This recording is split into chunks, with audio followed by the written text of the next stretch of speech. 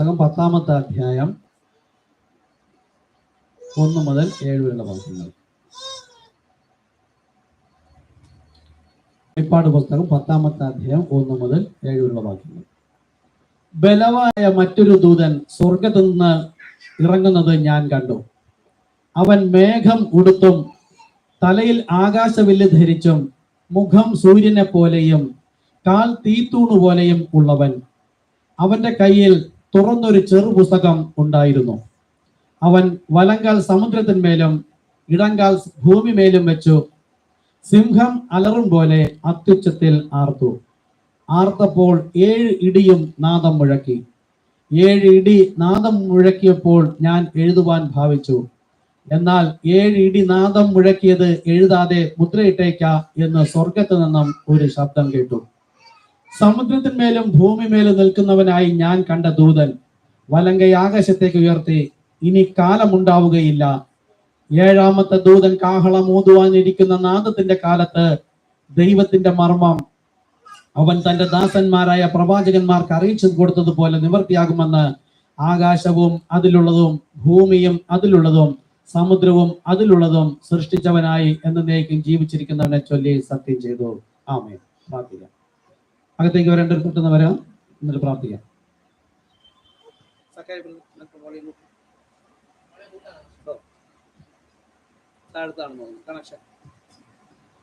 പ്രാർത്ഥിക്കാം. കരുണയുള്ള കർത്താവെ, സ്തോത്രം ചെയ്യുന്നു, സ്തുതിക്കുന്നു. കർത്താവെ, ഈ അനുഗ്രഹിക്കപ്പെട്ട സമയത്തിനായി നന്ദിയോടെ സ്തുതിക്കുന്നു. കർത്താവെ, 2000 വർഷങ്ങൾക്ക് മുമ്പ് അങ്ങ് യോഹന്നാനിലൂടെ വെളിപ്പാട് നൽകിയിരിക്കുന്നു. 10-ാമത്തെ അധ്യായത്തിൽ ബലവാനായ ഒരു ദൂതൻ സ്വർഗത്തിൽ ഇറങ്ങുന്നത് ഞാൻ കണ്ടു. കരുണയുള്ള കർത്താവെ, ഇതെന്താണെന്നോ? അവൻ മേഘം ഉടുത്തും തലയിൽ ആകാശവില്ല് ധരിച്ചും മുഖം സൂര്യനെ പോലെയും കാൽ തീത്തൂണ് പോലെയും ഉള്ളവൻ. കരുണയുള്ള കർത്താവെ, അവന്റെ കയ്യിൽ ഒരു തുറന്ന ഒരു ചെറു പുസ്തകം ഉണ്ടായിരുന്നു. AD 95-കളിൽ ഈ വചനം യോഹന്നാനിലൂടെ അങ്ങ് സംസാരിച്ചു. ദേശം മുഴുവനും ഇന്ന് ബൈബിളായി ലോകം മുഴുവനും ജനത്തിന്റെ കയ്യിലിരിക്കുന്നു. എന്താണ് ഇതുകൊണ്ട് കർത്താവ് ഉദ്ദേശിക്കുന്നതെന്ന് ഈ ഭൂമിയിൽ ഇന്ന് വരെയും സംഘടനാ സഭകൾക്കൊന്നും വെളിപ്പെടാതിരുന്നപ്പോൾ, നമുക്കും അത് വെളിപ്പെടാതിരുന്നപ്പോൾ, കാലത്തികവിൽ ഈ വചന നിവൃത്തിക്കായി കർത്താവായ യേശുവെ അങ്ങ് അവിടെ നിന്ന് വന്ന മുദ്രകളെ തുറന്നപ്പോൾ, കർത്താവിന്റെ വചനം എപ്പോഴും വരുന്നത് പ്രവാചകന്മാരുടെ അടുക്കലേക്കാണ്. യേശു ക്രിസ്തു വചനമാകുന്നു. ആ കാലത്ത് യേശു ആദ്യ സമയത്ത് വന്നപ്പോൾ ആ കാലത്ത് പ്രവാചകനായിരുന്നു യോഹന്നാൻ സ്നാപകൻ.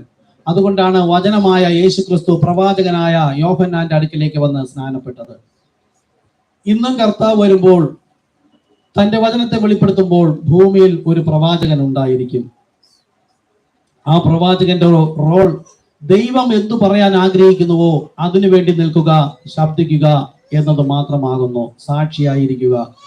കരുണയുള്ള കർത്താവെ, ഈ അന്ത്യകാലത്ത് അങ്ങനെ ഒരു വ്യക്തിയെ അങ്ങ് അവിടെ നിന്ന് ഉപയോഗിച്ചു. വില്യം മരിയം ബ്രഹാം ഈ കാലത്തിന്റെ സന്ദേശം നമുക്ക് നൽകിയിരിക്കുന്നു. ഈ വെളിപ്പാട് പുസ്തകം 10-ാമത്തെ അധ്യായം പറഞ്ഞത് എന്താണെന്ന് ലോകത്തിന് അറിയാതിരിക്കുമ്പോൾ, മണവാട്ടിയെ കളപ്പുരയിലേക്ക് ശേഖരിക്കേണ്ടതിനും മത്തായി 13:30 യേശു പറഞ്ഞു, ഞാൻ ദൂതന്മാരെ അയച്ച് ഗോതമ്പിനെ കളപ്പുരയിലേക്ക് ശേഖരിക്കുമെന്ന്.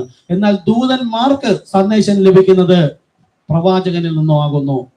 കാവൽക്കാര, രാത്രി എന്തായി എന്ന മെസ്സേജ് ഞങ്ങൾ ഇവിടെ കേട്ടു. ദൈവം ഒരു പ്രവാചകനോട് സംസാരിക്കും. ആ പ്രവാചകനാകുന്നു ദൈവത്തിനും മനുഷ്യർക്കും ഇടയിൽ ഓരോ കാലത്തും തെറ്റിപ്പോയ ജനത്തിന്റെ മധ്യസ്ഥനായി നിൽക്കുന്നത്. ആ പ്രവാചകനിലൂടെ ദൈവം സംസാരിക്കുമ്പോൾ പ്രവാചകൻ ദേശത്തുള്ള ജനത്തോട് അറിയിക്കും. ജനം സമയം എന്തായി, കർത്താവിന്റെ വരവ് സമയം ആയോ എന്ന് പ്രവാചകനോട് ചോദിക്കുകയും പ്രവാചകൻ ക്രിസ്തു എന്ന് വെളിപ്പെടുത്തി കൊടുക്കുകയും ചെയ്യുന്നത് പോലെ ഈ 2000 വർഷം കൊണ്ട് ലോകത്ത് സകല ജനങ്ങളും ഒരു വിശ്വാസം, ഒരു സ്നാനം, ഒരു കർത്താവ്, ഒരു ആത്മാവ്, ഒരു ഉപദേശം, ഒരു സഭ എന്ന് പറഞ്ഞിരിക്കുമ്പോൾ വ്യത്യസ്തമായി ഒന്നൊന്നിനോട് വ്യത്യസ്തമായി നിന്നിട്ടും തങ്ങൾ എല്ലാവരും വിശ്വാസികളാണെന്നും മണവാട്ടിയാണെന്നും പറയുമ്പോൾ വചനം പറയുന്നു, ആത്മാവും മണവാട്ടിയും ഒന്നു തന്നെ പറയുന്നു.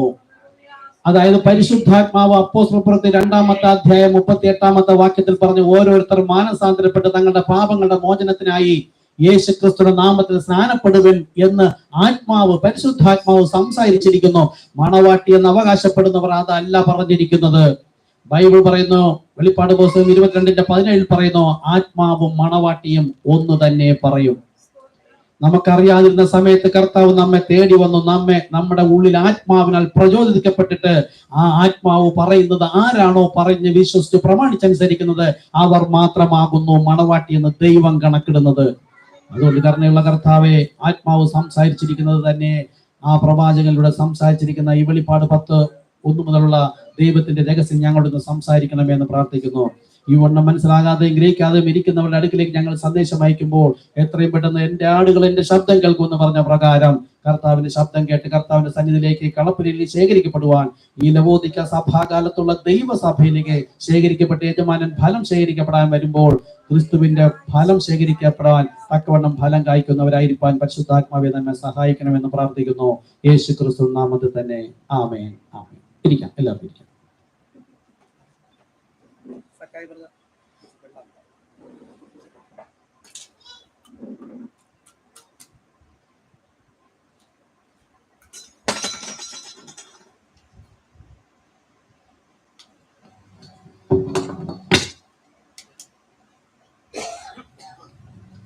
Hallelujah, hallelujah. വേഗം വരുന്ന കർത്താവായ യേശു ക്രിസ്തു നാമത്തിൽ നിങ്ങൾക്ക് എന്റെ സ്നേഹം. ഐസ ബ്രദർ എന്താ വീട്ടിൽ നിന്ന് വരുന്നില്ലേ? ഓക്കെ. നമ്മൾ കഴിഞ്ഞ പ്രാവശ്യം എടുത്തു നിർത്തിയ വചനം, അത് സന്ദേശം എന്തായിരുന്നു?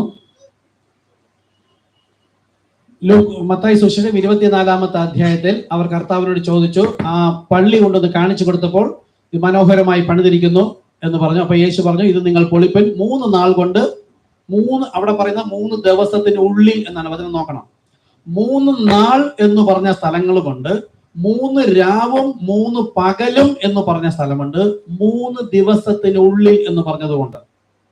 അപ്പോൾ അവിടെ ശിഷ്യന്മാർ പറയാണ്, 40 വർഷം കൊണ്ട് പണിത പള്ളി നീ എങ്ങനെ 3 ദിവസം കൊണ്ട് പണിയും? 3 ദിവസത്തിനുള്ളിൽ. കർത്താവ് തന്റെ ശരീരത്തെ കുറിച്ചാകുന്നു പറഞ്ഞതെന്ന് അവർക്ക് ഗ്രഹിച്ചില്ല. അതായത് ഈ മന്ദിരം, ആ പഴയ നിയമകാലത്ത് ദൈവത്തിന്റെ മഹത്വം അല്ലെങ്കിൽ ദൈവാത്മാവ് വസിച്ചിരുന്നത് യെരുശലേം ദേവാലയത്തിൽ സമാഗമ കൂടാരങ്ങളിലുമായിരുന്നു. സമാഗമ കൂടാരങ്ങളിലും പിന്നെ യെരുശലേം ദേവാലയത്തിലായിരുന്നു. അത് ഇടിഞ്ഞു പോയി കഴിഞ്ഞാൽ, അത് കല്ലിന്മേൽ കല്ലിന് ശേഷിക്ക് അത് ഇടിഞ്ഞു പോയി കഴിഞ്ഞാൽ, കാരണം അതിന് മൂലക്കല്ലില്ലായിരുന്നു. മൂലക്കല്ല് ക്രിസ്തുവായിരുന്നു. ആ കല്ലില്ലാത്തതിനാൽ അതിനെ ഇടിച്ചു കളഞ്ഞു. ഇടിച്ചു കളഞ്ഞ ശേഷം ആ കർത്താവ് വന്ന് വസിക്കേണ്ട മന്ദിരമാകുന്നു തന്റെ ശരീരം. തന്റെ ശരീരം എന്ന് പറഞ്ഞാൽ യേശുവിടെ ഉണ്ട്. തന്റെ ശരീരം എന്ന് പറഞ്ഞാൽ ദൈവത്തിന്റെ സഭയാണ്, ദൈവത്തിന്റെ ശരീരം. അതാകുന്നു നാം. നമ്മുടെ ഉള്ളിൽ വസിക്കും. ആ ശരീരത്തെ പൊളിപ്പിൽ ഞാൻ 3 നാൾ കൊണ്ട് അതിനെ പണിയും. 3 ദിവസത്തിനുള്ളിൽ. അത് അങ്ങനെ പണിതാണ് കർത്താവ് 3-ാം നാൾ ഉയർത്തെഴുന്നേറ്റത്. ആ ശരീരത്തിന്റെ ഭാഗമാകാനാണ് ഏതൊരു മനുഷ്യനും ദൈവഹിത പ്രകാരം അവൻ കർത്താവായ യേശു ക്രിസ്തു എന്ന നാമത്തിൽ തന്നെ സ്നാനപ്പെട്ടിരിക്കണം. പിതാവ്, പുത്രൻ, പരിശുദ്ധാത്മാ എന്ന വാക്കുകൾ ഉരുവിട്ടാൽ അവന്റെ പാപം മോചിക്കില്ല. പാപം മോചിക്കാൻ ഒരു നാമം, കർത്താവായ യേശു ക്രിസ്തു. അങ്ങനെ കർത്താവ് പറഞ്ഞതാണ്, മനുഷ്യപുത്രൻ വരുമ്പോൾ അവൻ കള്ളപ്രവാചകന്മാരും കള്ളക്രിസ്തുക്കൾ എഴുന്നേറ്റ് പലരെയും തെറ്റിക്കുമെന്ന് പറഞ്ഞതാണ്. കത്തോലിക്ക മുതൽ പെന്തക്കോസ്ത് വരെ ഇരിക്കുന്ന സഭകൾ ഒന്നും യേശു ക്രിസ്തു നാമത്തിൽ സ്നാനപ്പെടുത്താറില്ല. ബൈബിൾ യേശുവിന്റെ ക്രൂശ് മരണ അടക്ക പുനരുത്ഥാനത്തോടുള്ള ഏകീഭാവമാണ് സ്നാനം എന്ന് പറഞ്ഞിട്ടോ അവർ മണവാട്ടിയാണെന്നാണ് അവർ പറയുന്നത്, അല്ലെ? സ്നാനപ്പെടാത്ത ആൾക്കാർ ഇവിടെ ഉണ്ട്, നിങ്ങൾ ശ്രദ്ധിക്കും. നിങ്ങൾക്ക് പറയുന്നതാണ്, നിങ്ങൾക്ക് വേണ്ടിയിട്ടാണ് ഇപ്പൊ ഇത്രയും പറഞ്ഞത്. കർത്താവായ യേശു ക്രിസ്തു നാമത്തിൽ സ്നാനപ്പെടാത്തതിന്റെ കാരണം നിങ്ങളുടെ പുരോഹിതനോട് ചോദിച്ചാൽ അവർ പറയും, യേശു ക്രിസ്തു പറഞ്ഞതാണ് നമ്മൾ കേൾക്കാൻ, പത്രോസ് പറഞ്ഞതല്ല കേൾക്കാനെന്ന്. അവിടെ തന്നെ മനസ്സിലാക്കാം അവർ ആത്മീക അന്ധരാണ്. പത്രോസ് അല്ല അവിടെ സംസാരിച്ചത്, അവിടെ പരിശുദ്ധാത്മാവാണ് സംസാരിച്ചത്. അപ്പൊ ആത്മാവ് ഒന്ന് എന്ന് പറഞ്ഞാൽ ദൈവം ആത്മാവാകുന്നു. ദൈവം എന്ന ആത്മാവിനെയാണ് പരിശുദ്ധൻ എന്ന് പറയുന്നത്. ആ പരിശുദ്ധൻ എന്ന ദൈവം എന്ന ആത്മാവ് തന്നെയാണ് പരിശുദ്ധാത്മാവ്. അപ്പൊ ദൈവം തന്നെയാണ് ഈ പത്രോസിനോട് സംസാരിച്ചത് ആത്മാവായി, ആത്മവിവശതയിൽ. അപ്പോൾ അപ്പൊ പരിശുദ്ധാത്മാവ് സംസാരിച്ചത്, വെളിപ്പാട് പുസ്തകം 22-ാമത്തെ അധ്യായം 17-ാമത്തെ വാക്യം നോക്കുക. ആത്മാവും മണവാട്ടിയും ഒന്ന് തന്നെ പറയുന്നു. അപ്പൊ പരിശുദ്ധാത്മാവ് പത്രോസിലൂടെ സംസാരിച്ചത് ആരാണ് കേൾക്കുന്നത്? ബൈബിൾ വെളിപ്പാട് പുസ്തകം 22 എപ്പോഴാണ്? ഏറ്റവും അവസാനം നമുക്ക് വേണ്ടി തന്നതാണ്. എങ്കിലും ആ കാര്യങ്ങളൊക്കെ കർത്താവ് വന്ന് തന്റെ ജനത്തെ ചേർത്ത് കർത്താവിൻ്റെതല്ലാത്ത ജനത്തെ ന്യായവിധി കൊടുത്തു. എന്നിട്ട് ആ ദുഷ്ടന്മാരെയും പാപികളെയും പിശാചിനെ ഒക്കെയും തീപ്പൊരിയിൽ ഇട്ട് കത്തിച്ച് എന്നേക്കുമായി നശിപ്പിച്ചതിന് ശേഷമാണ് 22-ാമത്തെ അധ്യായം, ലാസ്റ്റ് അധ്യായം വരെയാണ്. അപ്പൊ അവിടെ ഒന്ന് ഓർമ്മപ്പെടുത്തുകയാണ്. ആരോടാ? ആത്മാവും മണവാട്ടിയും ഒന്ന് തന്നെ പറയുന്നു. സ്വർഗത്തിൽ ചെന്നാലും ആത്മാവിനെ അനുസരിച്ച് നടക്കുന്നവർ മാത്രമേ അവിടെ പോവുകയുള്ളൂ. അതിനൊരു മുന്നൊരുക്കമാണ് ഇവിടെ. അപ്പോസ്തലന്മാരിലൂടെ ഈ ദൈവം എന്ന ആത്മാവ് തന്നെ സംസാരിച്ചതിനെ തെറ്റിച്ചിട്ട് ഇത് 3 വ്യക്തികളാക്കി ഈ ആത്മാവിനോട് ക്രുദ്ധിക്കുന്നവരെ എങ്ങനെ കർത്താവ് അവിടെ കൊണ്ടുപോകും? അപ്പോൾ അവിടെ ആത്മാവും മണവാട്ടിയും ഒന്ന്, മണവാട്ടി എന്നാണ് എന്ന് വെച്ചാൽ മണവാളനും മണവാട്ടിയും ഒന്ന് തന്നെ പറയുന്നുവെങ്കിൽ ദൈവസഭയുടെ മാതൃകയാണ് അപ്പോസ്തലപ്രവൃത്തി 2-ാമത്തെ അധ്യായം മുതൽ ഭൂമിയിൽ കെട്ടപ്പെട്ടത്. അപ്പോൾ അവിടെ ആത്മാവ് പറഞ്ഞ ആ സ്നാനമല്ല ചെയ്യുന്നതെങ്കിൽ ഇവരുടെ ആരുടെയും പാപം മോചിക്കപ്പെടില്ല, ഇവർ വിശുദ്ധരാകുകയില്ല. യേശു പറഞ്ഞു, ഞാൻ വിശുദ്ധനാകയാൽ നിങ്ങൾ വിശുദ്ധരാകുവിൻ. ഒറ്റ വഴിയുള്ള കർത്താവായ യേശു ക്രിസ്തു നാമത്തിലെ സ്നാനം. അപ്പോൾ ഇവർ ആ സ്നാനം ഏറ്റില്ല എങ്കിൽ നമ്മുടെ വേണ്ടപ്പെട്ട ഒരു അപ്പനോ അമ്മയോ ഭാര്യയോ മക്കളോ സഹോദരങ്ങളോ അധ്യാപകരോ ഗുരുക്കന്മാരോ ആത്മീകമായി ആദ്യകാലങ്ങൾ, ആത്മീകമായി എന്ന് പറയാൻ പറ്റില്ല, കുറച്ച് സൺഡേ ക്ലാസ് പറഞ്ഞു തരിക, വചനം പറഞ്ഞ് വഴി നടത്തുകയും വചനം വെളിപ്പാടല്ല, വചനം പറഞ്ഞു വഴി നടത്തുകയും ചെയ്ത ആ ജനങ്ങളായിരിക്കാം. പക്ഷെ അവർ ആരല്ല? വചനം പറയുന്നു അവർ മണവാട്ടിയല്ല. കുറച്ചുകൂടെ പറഞ്ഞാൽ ആര് പറയുന്നു? മണവാളൻ തന്നെ പറയുന്നു അവർ മണവാട്ടിയല്ല. മണവാട്ടിയാണെങ്കിലും ആത്മാവ് സംസാരിച്ചത് തന്നെ മണവാട്ടിയും സംസാരിക്കും. അതുകൊണ്ടാണ് നമ്മൾ ഈ ബോർഡൊക്കെ എഴുതി വെച്ചിട്ട് കർത്താവ് യേശു ക്രിസ്തു നാമത്തിലെ സ്നാനം നമ്മുടെ മണവാളൻ, ആത്മ മണവാളൻ തന്നെ പറഞ്ഞിരിക്കുന്നതിന് നമ്മൾ ലജ്ജയില്ലാതെ പറയുന്നത്. ഓക്കെ, അങ്ങനെ ആണ് കർത്താവ് ഇവിടെ പറഞ്ഞത്. ലൂക്കോസ് സുവിശേഷം 17-ാമത്തെ അധ്യായത്തിൽ പറഞ്ഞത്. നമ്മൾ വായിച്ച വചനത്തിലേക്ക് വരാം. അതിനു മുമ്പ് വേറെ ചില വചനങ്ങൾ നോക്കേണ്ടത്. ലൂക്കോസ് എഴുതിയ സുവിശേഷം 17-ാമത്തെ അധ്യായം 26 യേശു ഉയർത്തെഴുന്നേറ്റ് പോകുന്നതിന് മുമ്പ് പറയുകയാണ്, നോഹയുടെ കാലത്ത് സംഭവിച്ചതുപോലെ മനുഷ്യപുത്രന്റെ നാളിലും ഉണ്ടാകും. അപ്പം ഇത് അന്ത്യകാലത്തിന്റെ ലക്ഷണങ്ങളൊക്കെ ചോദിക്കുന്ന സമയത്ത് കർത്താവ് പറയുന്നതിന്റെ കൂടെ പറയുകയാണ്, നോക്കൂ, നോഹ പെട്ടകത്തിൽ കടന്ന നാൾ വരെ അവർ തിന്നും കുടിച്ചും വിവാഹം കഴിച്ചും വിവാഹത്തിന് കൊടുത്തും പോന്നു. ജലപ്രളയം വന്നു അവരെ എല്ലാവരെയും മുടിച്ചു കളഞ്ഞു. അടുത്തോ, ലോത്തിന്റെ കാലത്ത് സംഭവിച്ചതുപോലെയും തന്നെ അവർ തിന്നും കുടിച്ചും കൊണ്ട് വിറ്റും നട്ടും പണിതും പോന്നു. എന്നാൽ ലോത്ത് സോദോം വിട്ട നാളിൽ ആകാശത്ത് നിന്ന് തീയും ഗന്ധവും പെയ്ത് എല്ലാവരെയും മുടിച്ചു കളഞ്ഞു. ഇത് 2 കാര്യത്തെ കുറിച്ചാണ് ഇവിടെ കർത്താവ് പറയുന്നത്. യേശു വരുന്നതിന് മുമ്പ് ഈ 2 കാര്യം ഇവിടെ സംഭവിക്കണം. ഒന്ന്, നോഹയുടെ കാലം പോലെ ആകണം. നോഹയുടെ കാലം എന്ന് പറഞ്ഞാൽ ആ കാലത്തിന്റെ ന്യായവിധിയാണ്.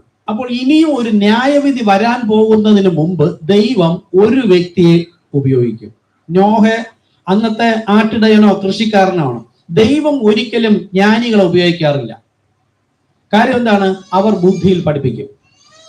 ബുദ്ധി അബലമായ ബുദ്ധിയെ പൗലോസ് സമർപ്പിച്ചതുപോലെ കൊണ്ട് മരിപ്പിച്ചിട്ട് ക്രിസ്തുവിന്റെ വെളിപ്പാടിനായി കാതോർത്ത് ക്രിസ്തുവിന് മഹത്വം കൊടുക്കുവാൻ ആഗ്രഹിക്കുന്നവൻ ആരാ എന്നൊക്കെ കർത്താവിന് അറിയാം.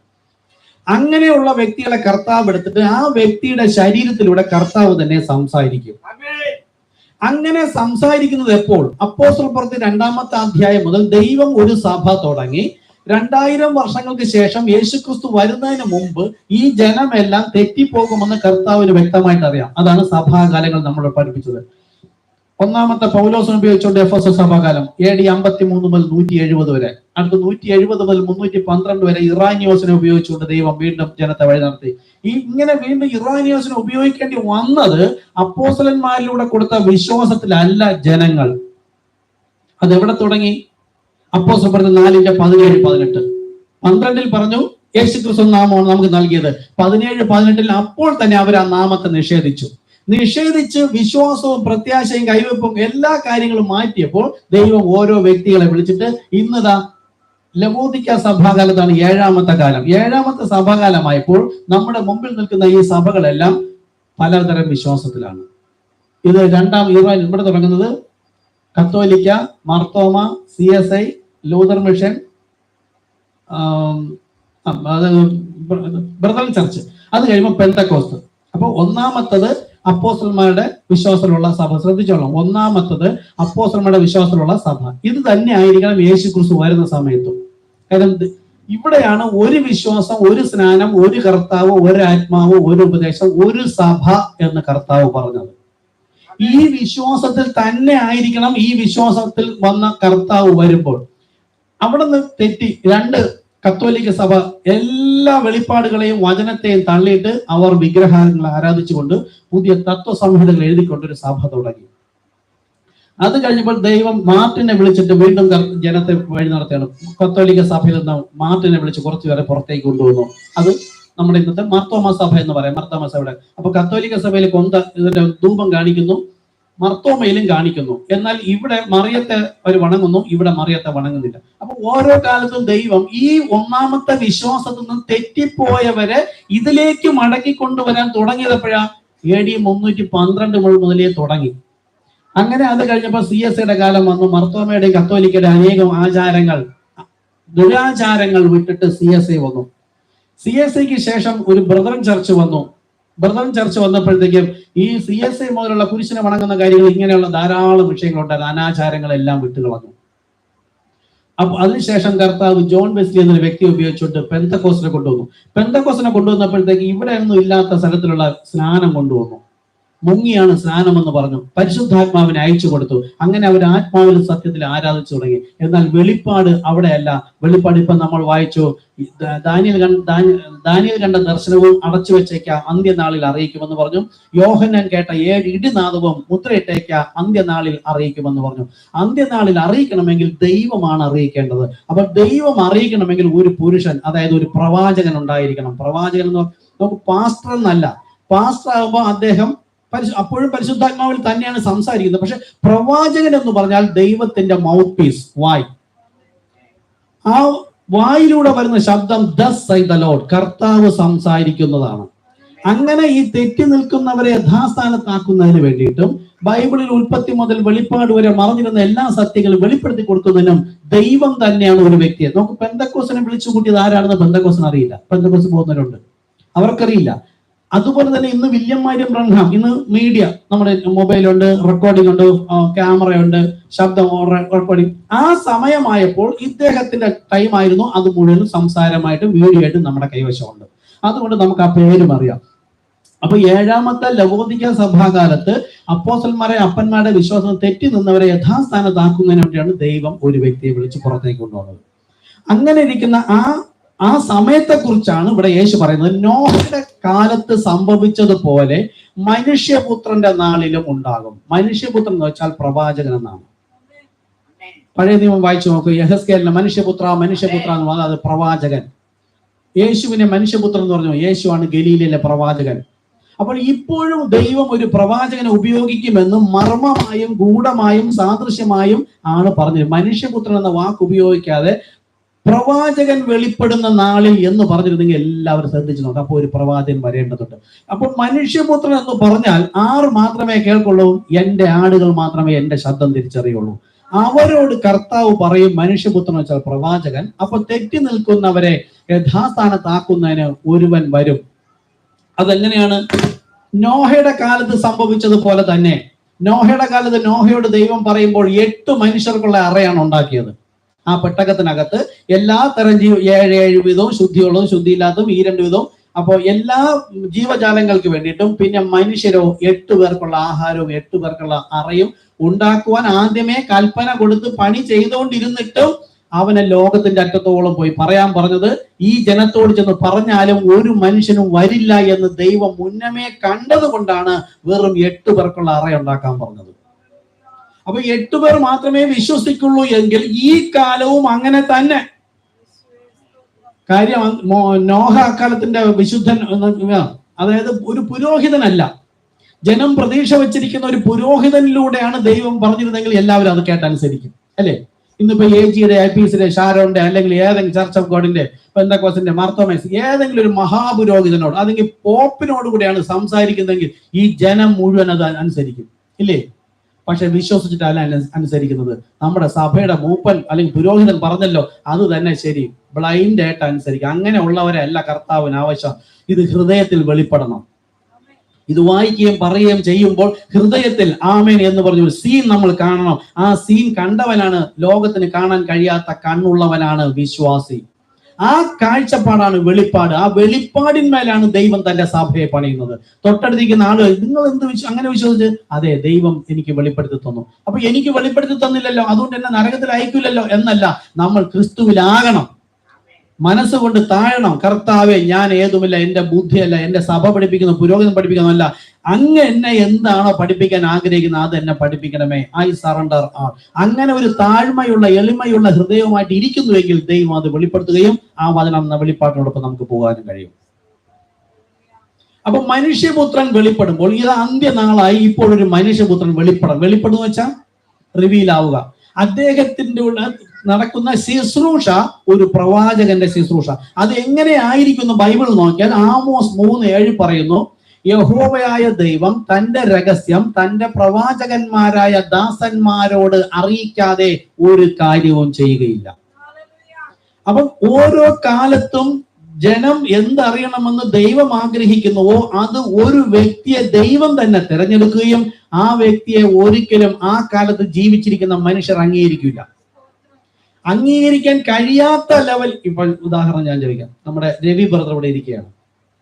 ഈ രവി ബ്രദർ ഇവിടുത്തെ ഒരു ചർച്ച ചെന്ന് പറയാണ്, നിങ്ങൾ യേശുക്രിസ്തുവിന്റെ നാമത്തിൽ സ്ഥാനപ്പെട്ടില്ലെങ്കിൽ നരകത്തിൽ പോകും എന്ന് പറഞ്ഞാൽ ഇദ്ദേഹം പോയി പറഞ്ഞ ആരെങ്കിലും കേൾക്കുമോ? പക്ഷെ അദ്ദേഹത്തെ കർത്താവ് തിരഞ്ഞെടുത്തിരിക്കുകയാണ്. കിടക്കുന്ന അവിടെ വഴിവെക്കിലൊക്കെയാണ് കിടക്കുന്നത്. അപ്പൊ ഓരോ കാലത്തും ദൈവം തിരഞ്ഞെടുക്കുന്നവരെ ആ കാലത്തുള്ള മനുഷ്യർക്ക് സ്വീകരിക്കാൻ പറ്റില്ല. അവരുടെ ജീവനുമായിട്ടാണ് നാം പോകുന്നത്. അവരെ തിരസ്കരിച്ച് കളയുകയാണ്. അപ്പൊ മനുഷ്യപുത്രന്റെ നാളിലും അങ്ങനെ ഉണ്ടാകും. നോഹയുടെ കാലത്ത് സംഭവിച്ചതുപോലെ നമ്മളിത് ലോകത്തിന്റെ അറ്റത്തോളം പറയും, ആരെങ്കിലും അറിയിക്കും. അറിയിച്ചാലും കേട്ടാലും അവർ വിശ്വസിക്കാത്തവരും അതിനെതിരെ നിൽക്കുന്നവരുമായിരിക്കും 99% പേരും. 1% ജനം മാത്രമേ വിശ്വസിക്കുള്ളൂ. അതാ യേശു പറഞ്ഞ, ചെറിയ കൂട്ടമേ ഭയപ്പെടേണ്ട, ചെറിയ കൂട്ടത്തിന്റെ മേൽ താക്കോൽ ഏൽപ്പിക്കാൻ കർത്താവിന് കൃപ തോന്നി.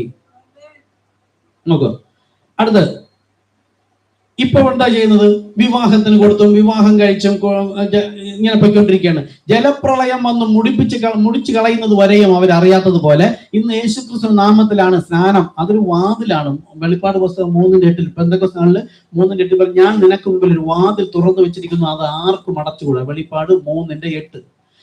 അതായത് കത്തോലിക്ക മുതൽ പെന്തക്കോസ്ത് വരെ ഇരിക്കുന്ന ഒരു വിശ്വാസി ദൈവസഭയിൽ കടക്കണമെങ്കിൽ അവനെ തന്നെ പാപസംബന്ധമായി മരിച്ച് നീതിക്ക് വേണ്ടി യേശുക്രിസ്തു നാമത്തിൽ സ്നാനപ്പെട്ട് അവനെ കുഴിച്ചിട്ട് ജീവന്റെ പുതുക്കത്തിൽ ഉയർത്തെഴുന്നേറ്റ് ദൈവത്തിന്റെ ആത്മാവിനാൽ വഴി നടത്തപ്പെടണം.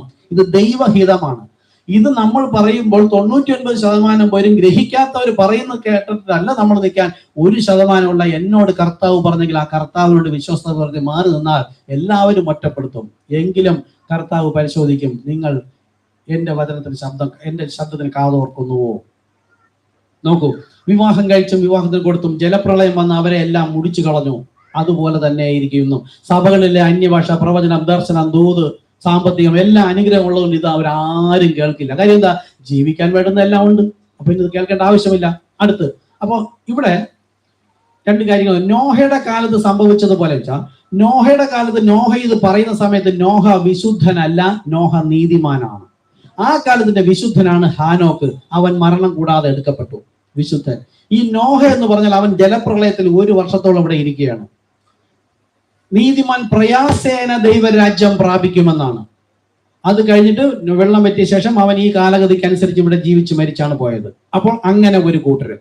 ഇനി സോതോമിന്റെ നാളിൽ എന്ന് പറയുമ്പോൾ അബ്രഹാമിന്റെ അടുക്കൽ ദൈവം ഇറങ്ങി വന്നിട്ട് അവിടെ സംസാരിക്കുമ്പോൾ തന്നെ 2 പേരെ ലോകത്തിലേക്ക് അയച്ചു. ആ 2 വെളിപ്പാട് പുസ്തകം 19 ഉൽപ്പത്തി പുസ്തകം 19 അധ്യായം വായിക്കുമ്പോഴറിയാം. 3 പുരുഷന്മാർ വരുന്ന കണ്ടിട്ട് ഉൽപ്പത്തി 18 നമ്മളിവിടെ പഠിപ്പിച്ചാണ്. ഉൽപ്പത്തി 18 3 പുരുഷന്മാരെ, ഇത് തന്നെ ഉദാഹരണം, പിതാവ്, പുത്രൻ, പരിശുദ്ധാത്മാ ബൈബിളിൽ തന്നു കഴിഞ്ഞു. ഈ 3 പേരെ കണ്ടിട്ട് യജമാനന്മാരെ എന്നാണ് വിളിക്കുന്നതെങ്കിൽ ഇവർ തൃത്വം വിശ്വസിക്കുന്നു, മരണത്തിനാണ്.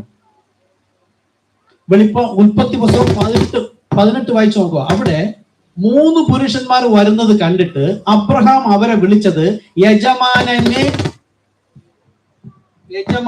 എന്നാണ് വിളിച്ചത്. 3 പുരുഷന്മാരെ കണ്ടിട്ട് യജമാനനെ എന്ന് വിളിക്കണമെങ്കിൽ അവനാണ് ആത്മീക സഭയ്ക്ക് മുൻകുറി. പിതാവ്, പുത്രൻ, പരിശുദ്ധാത്മാവ് 3 പേരാണെങ്കിലും 3 പേരെന്ന് തോന്നും, 3 പേരല്ല 3 പേരെന്ന് തോന്നുന്നുവെങ്കിലും ആത്മക്കണ്ണുള്ളവൻ വിളിക്കും യജമാനനെ. അവൻ കർത്താവായ യേശു ക്രിസ്തു ഒരുവൻ തന്നെയാണ് 3 രീതിയിലും വെളിപ്പെട്ടതെന്ന്. ഇനി ഉൽപ്പത്തി 19 അധ്യായം നോക്കുക. അവിടെ 2 ദൂതന്മാർ അബ്രഹാമിന്റെ അവിടെ വെയിൽ ഉറച്ചപ്പോൾ വെയിൽ ഉറച്ചപ്പോൾ അബ്രഹാമിന്റെ അവിടെയും, വെയിൽ ആറിയപ്പോൾ സോതോമിന്റെ അവിടെ. ഇതിനൊക്കെ നമ്മൾ പഠിപ്പിച്ചാണ്. വെയിൽ ഉറപ്പിച്ചുകൊണ്ട് വെയിൽ, വെളിച്ചം, സൂര്യൻ, സൺ, കർത്താവ് യേശു ക്രിസ്തു ആണ് വന്നത്. എന്നാൽ വെയിലാറിയപ്പോൾ, സന്ധ്യാസമയത്ത്, വെയിലാറിയപ്പോൾ സന്ധ്യാസമയം, ഇപ്പോഴാകുന്നു സന്ധ്യാസമയം.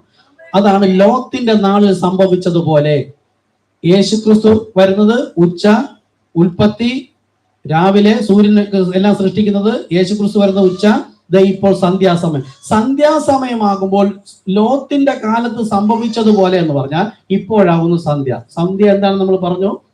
അതിന്റെ കളറ് വെള്ളക്കുതിര, ചുവപ്പ് കുതിര, കറുത്ത കുതിര. ഈ 3 കുതിരപ്പുറത്തും വന്നവൻ ഈ കത്തോലിക്ക മുതൽ പെന്തക്കോസ്തുള്ള സഭകളെല്ലാം തെറ്റായി പഠിപ്പിച്ചിട്ട് ഏതാണ് ശരി ഏതാണ് തെറ്റെന്ന് അറിയാൻ കഴിയാത്ത ഒരു മങ്ങിയ അവസ്ഥയിൽ ഇരിക്കുമ്പോഴാണ് ദൈവം തന്റെ പ്രവാചകനെ അയച്ചിട്ട് നക്ഷത്രം, അവന്റെ കയ്യിൽ 7 നക്ഷത്രമുണ്ട്, 7ാമത്തെ എങ്കിൽ ചെറു പ്രകാശം, ഈ ചെറിയ വെളിച്ചം വന്നിട്ടാണ് ഈ അന്ധകാരം നിറഞ്ഞിരിക്കുന്ന ലവോദിക്ക സഭാകാലത്ത് അപ്പോസ്തലന്മാരായ അപ്പന്മാരെ വിശ്വസിക്ക് മടങ്ങിപ്പോകണം എന്ന് പറയുന്നത്. അദ്ദേഹത്തിലൂടെയാണ് ഇവിടെ വിളിച്ചു പറയുന്നത് കർത്താവായ യേശു ക്രിസ്തു. എന്നാൽ സോതോമിൽ 2 ദൂതന്മാർ, ശ്രദ്ധിക്കണം, സോതോമിൽ 2 ദൂതന്മാർ പോയപ്പോൾ ലോത്ത് അവരെ വിളിച്ചത് യജമാനന്മാരെ, അടിയന്റെ വീട്ടിൽ വന്ന് കാൽ കഴുകി ഭക്ഷണം കഴിച്ചിട്ട് പോകണം, യജമാനന്മാരെ. അബ്രഹാം 3 പേരെ കണ്ടപ്പോൾ യജമാനനെ എന്ന് വിളിച്ചു. അപ്പോൾ നമ്മൾ ഇന്ന് പിതാവ്, പുത്രൻ, പരിശുദ്ധാത്മാവ് നമുക്കറിയാം. ദൈവം നമ്മൾ വിവാഹം കഴിഞ്ഞവരുണ്ട്, നമ്മൾ പുത്രന്മാരായിരുന്നു. വിവാഹം കഴിഞ്ഞപ്പോൾ ഭർത്താവായി, കുഞ്ഞുങ്ങൾ ജനിച്ചപ്പോൾ പിതാവുമായി. നമ്മൾ 3 സ്ഥാനത്തുണ്ട്, പക്ഷെ വ്യക്തി ഒന്നാണ്. അപ്പോൾ പഴയ നിയമത്തിൽ ഇസ്രായേൽ മക്കളെ വഴി നടത്തിയപ്പോൾ അനുസരിച്ചവർക്ക് മാത്രം ആത്മാവായ ദൈവം പിതാവും, ആ മക്കൾ ജഡരക്തങ്ങളോട് കൂടി ആയതുകൊണ്ട് ഈ ആത്മാവായ ദൈവം ജഡശരീരം എടുത്തു വന്നപ്പോൾ അനുസരിക്കുന്നവന് മോഡലായി വന്നപ്പോൾ ദൈവാത്മാവ് വഴി നടത്തുന്ന പുത്രൻ, ആളാര്? ദൈവം. മക്കൾ ജഡരക്തങ്ങളായതുകൊണ്ട് അവനും അവരെ പോലെ വന്നു. പക്ഷെ ഇമ്മാനുവേൽ, ദൈവം നമ്മോടുകൂടെ തിരികെ ഞാൻ പോയി മടങ്ങി വന്ന എല്ലാ നാളും ലോകാവസ്ഥയോളം ഇരിക്കുമെന്ന് പറഞ്ഞാൽ ശരീരം എന്ന യാഗവസ്തു, അറക്കപ്പെട്ട കുഞ്ഞാട്, ശരീരം യാഗം മുകളിലാക്കിയിട്ട് അതാണ് നീ എന്റെ വലതു ഭാഗത്തിരിക്കുക, നിന്റെ ശത്രുക്കൾ നിന്റെ പാദപീഠമാകുവോളം നീ എന്റെ വലതു ഭാഗത്തിരിക്കുക. ആ ശരീര യാഗവസ്തുവിന് സ്വർഗ്ഗടങ്ങൾ, അതാണ് അറക്കപ്പെട്ട കുഞ്ഞാട് വെളിപ്പാട് നോക്കുമ്പോ. എന്നിട്ട് ആത്മാവ് തിരികെ അപ്പോസ്തലന്മാരുടെ ഇടയിലേക്ക് വന്ന് ഇന്ന് ലോകാവസാനം വരെ ഉള്ളത് ഞാൻ പോയി മടങ്ങി വരുമെന്നാ പറഞ്ഞത്, ഞാൻ അറിയിക്കുന്ന നാഴിക വരുമെന്നാ പറഞ്ഞത്. അതൊക്കെ നമ്മളിവിടെ പഠിപ്പിച്ചു. അപ്പൊ ലോത്തിന്റെ കാലത്ത് സംഭവിച്ചതുപോലെ എന്ന് പറഞ്ഞാൽ ഇന്ന് മനുഷ്യപുത്രന്റെ നാളിൽ നോഹയുടെ കാലത്ത് പോലെ ദൈവം വില്യം മാരിയം ബ്രൺഹാം എന്നൊരു വ്യക്തിയെ ദൈവം ഉപയോഗിച്ചു. വില്യം മാരിയം ബ്രൺഹാം എന്ന, ക്യാമറ ഉള്ളവർക്കുണ്ട്, വില്യം മാരിയം ബ്രൺഹാം എന്ന ഒരു വ്യക്തിയെ ദൈവം ഉപയോഗിച്ചു. ഉപയോഗിക്കുന്ന സമയത്ത് ആണ് നോഹയുടെ കാലം പോലെ പ്രവാചകനെ ഉപയോഗിച്ചു. എന്നാൽ ആ 3 പേർ കണ്ടിട്ട് നമ്മൾ കർത്താവായ യേശു ക്രിസ്തു പറഞ്ഞപ്പോൾ, എന്നാൽ സോതോമിന്റെ നാളുകൾ പോലെ എന്ന് പറയുമ്പോൾ അവിടെ 2 പേര്, 2 ദൂതന്മാരെ അയച്ചതുപോലെ ഇന്ന് ഇവിടെ ബില്ലി ഗ്രഹാം ഓറൽ റോബർട്ട് കണ്ടിട്ടുണ്ടോ ബ്രദർ? ഇല്ല. ഒരു 2 പേര് ഇപ്പൊ മരിച്ചു തോന്നണം. അപ്പൊ വില്യം മാരിയം ബ്രൺഹാം മരിച്ചിട്ട് തന്നെ 60-65 വർഷമായി. ഇദ്ദേഹം ശുശ്രൂഷിക്കുന്ന അതേ സമയത്ത്, അതായത് അബ്രഹാമിന്റെ അടുക്കൽ ഏലോഹീം ഇറങ്ങി വന്ന് അടഞ്ഞ വാതിൽ തുറന്നു കൊടുത്ത് വാഗ്ദത്ത സന്തതി പ്രാപിക്കുന്ന അബ്രഹാമിന്, അതായത് നമുക്കിന്ന് വാഗ്ദത്തം ചെയ്ത പരിശുദ്ധാത്മാവ്, ഈ പരിശുദ്ധാത്മാവിന് നൽകി കർത്താവിന്റെ ജനത്തെ കൊണ്ടുപോകുന്ന അതേ സമയമായപ്പോൾ അബ്രഹാം 2 ദൂതന്മാരും കൂടെ 3 പേർ അബ്രഹാമിന്റെ ഇടയിൽ ഇറങ്ങി വന്നതുപോലെ ഇവിടെ വില്യം മാരിയം ബ്രൺഹാമിൽ ദൈവം സംസാരിക്കുകയാണ്. ആ സമയത്ത് ലോകത്തിലേക്ക്, ഈ സോതോമിലേക്ക് 2 ദൂതന്മാർ പോയതുപോലെ വില്യം മാരിയം ബ്രൺഹാം ഇവിടെ ശുശ്രൂഷിക്കുന്ന അതേ സമയത്ത് തന്നെ ബില്ലി ഗ്രഹാം, ഓറൽ റോബർട്ട് എന്ന 2 പേർ ലോകത്താകമാനം പോയി ശുശ്രൂഷിച്ചു. അവർ പെന്തക്കോസ്ത്, ഒരാൾ പെന്തക്കോസ്തായിരുന്നു. അപ്പോൾ അവരവിടെ എന്താ ചെയ്തത്? അവർ വാതിലടയ്ക്കുന്ന ശുശ്രൂഷയാണ് ചെയ്തത്. ഉൽപ്പത്തി പുസ്തകം 19 അധ്യായം നോക്കിയാൽ അത് നമ്മളോട് പഠിപ്പിച്ചതാണ്. അതിന്റെ ലിങ്ക് വേണമെങ്കിൽ ഞാൻ അയച്ചു തരാം. അവിടെ 2 പുരുഷന്മാർ അവിടെ വന്നപ്പോൾ ആ ബാലവൃദ്ധം ജനവും അവിടെ ഒത്തുകൂടി. അതായത് തൃത്വം പറയുന്ന സ്ഥലത്ത് ആ ബാലവൃദ്ധം അനേകം ജനങ്ങൾ ഒത്തുകൂടും. ശരിയായത് അബ്രഹാം പറഞ്ഞെടുത്ത് ഇതുപോലെ ആരും വന്നു കൂടിയില്ല. നമ്മളൊന്നും ഏക ദൈവത്തെ പറയുമ്പോൾ ഇവിടെ ആൾ ധാരാളം ഉണ്ടാവില്ല. തൃത്വം പറഞ്ഞാൽ അവിടെ ധാരാളം ജനം ഉണ്ടാവും. അപ്പൊ അവിടെ ആ ബാലവൃദ്ധം വന്നു കൂടിയിട്ട് അവർ വാതിൽ കാണാതെ തപ്പി നടന്നു. ഒന്ന് ആലോചിച്ച് നോക്കുക. അവർ വാതിൽ കാണാതെ തപ്പി. വാതിൽ ആരാ? കർത്താവായ യേശു ക്രിസ്തു, അല്ലെങ്കിൽ ആ നാമം. ഇന്ന് കർത്താവായ യേശു ക്രിസ്തു നാമത്തിലാണ്. സ്നാനം എന്ന് പറഞ്ഞാൽ അവർ ചെയ്യില്ല, വിവാഹം ചെയ്യില്ല, മരണടക്ക ശുശ്രൂഷ ചെയ്യില്ല, ഒരു കാര്യം അവർ യേശു ക്രിസ്തു നാമത്തിൽ ചെയ്യില്ല. വാതിൽ കാണാതെ തപ്പി നടക്കുകയാണ് ഈ തൃത്വം പറയുന്നവർ. നമ്മുടെ മുമ്പിലാണ് വാതിൽ തുറന്നത്. അതാണ് ഞാൻ പറഞ്ഞ വെളിപ്പാട് പുസ്തകം 3:8 പെന്തക്കോസ്ത് സഭയുടെ കാലം ആ വചനമാണ്. അവിടെ ഞാൻ നിനക്ക് മുമ്പിൽ വാതിൽ തുറന്നു വെച്ചിരിക്കുന്നു, ആർക്കും അടയ്ക്കാൻ കഴിയില്ല. നിനക്ക് അല്പമേ ശക്തി ഉള്ളുവെങ്കിലും നീ എന്റെ നാമം നിഷേധിച്ചില്ല.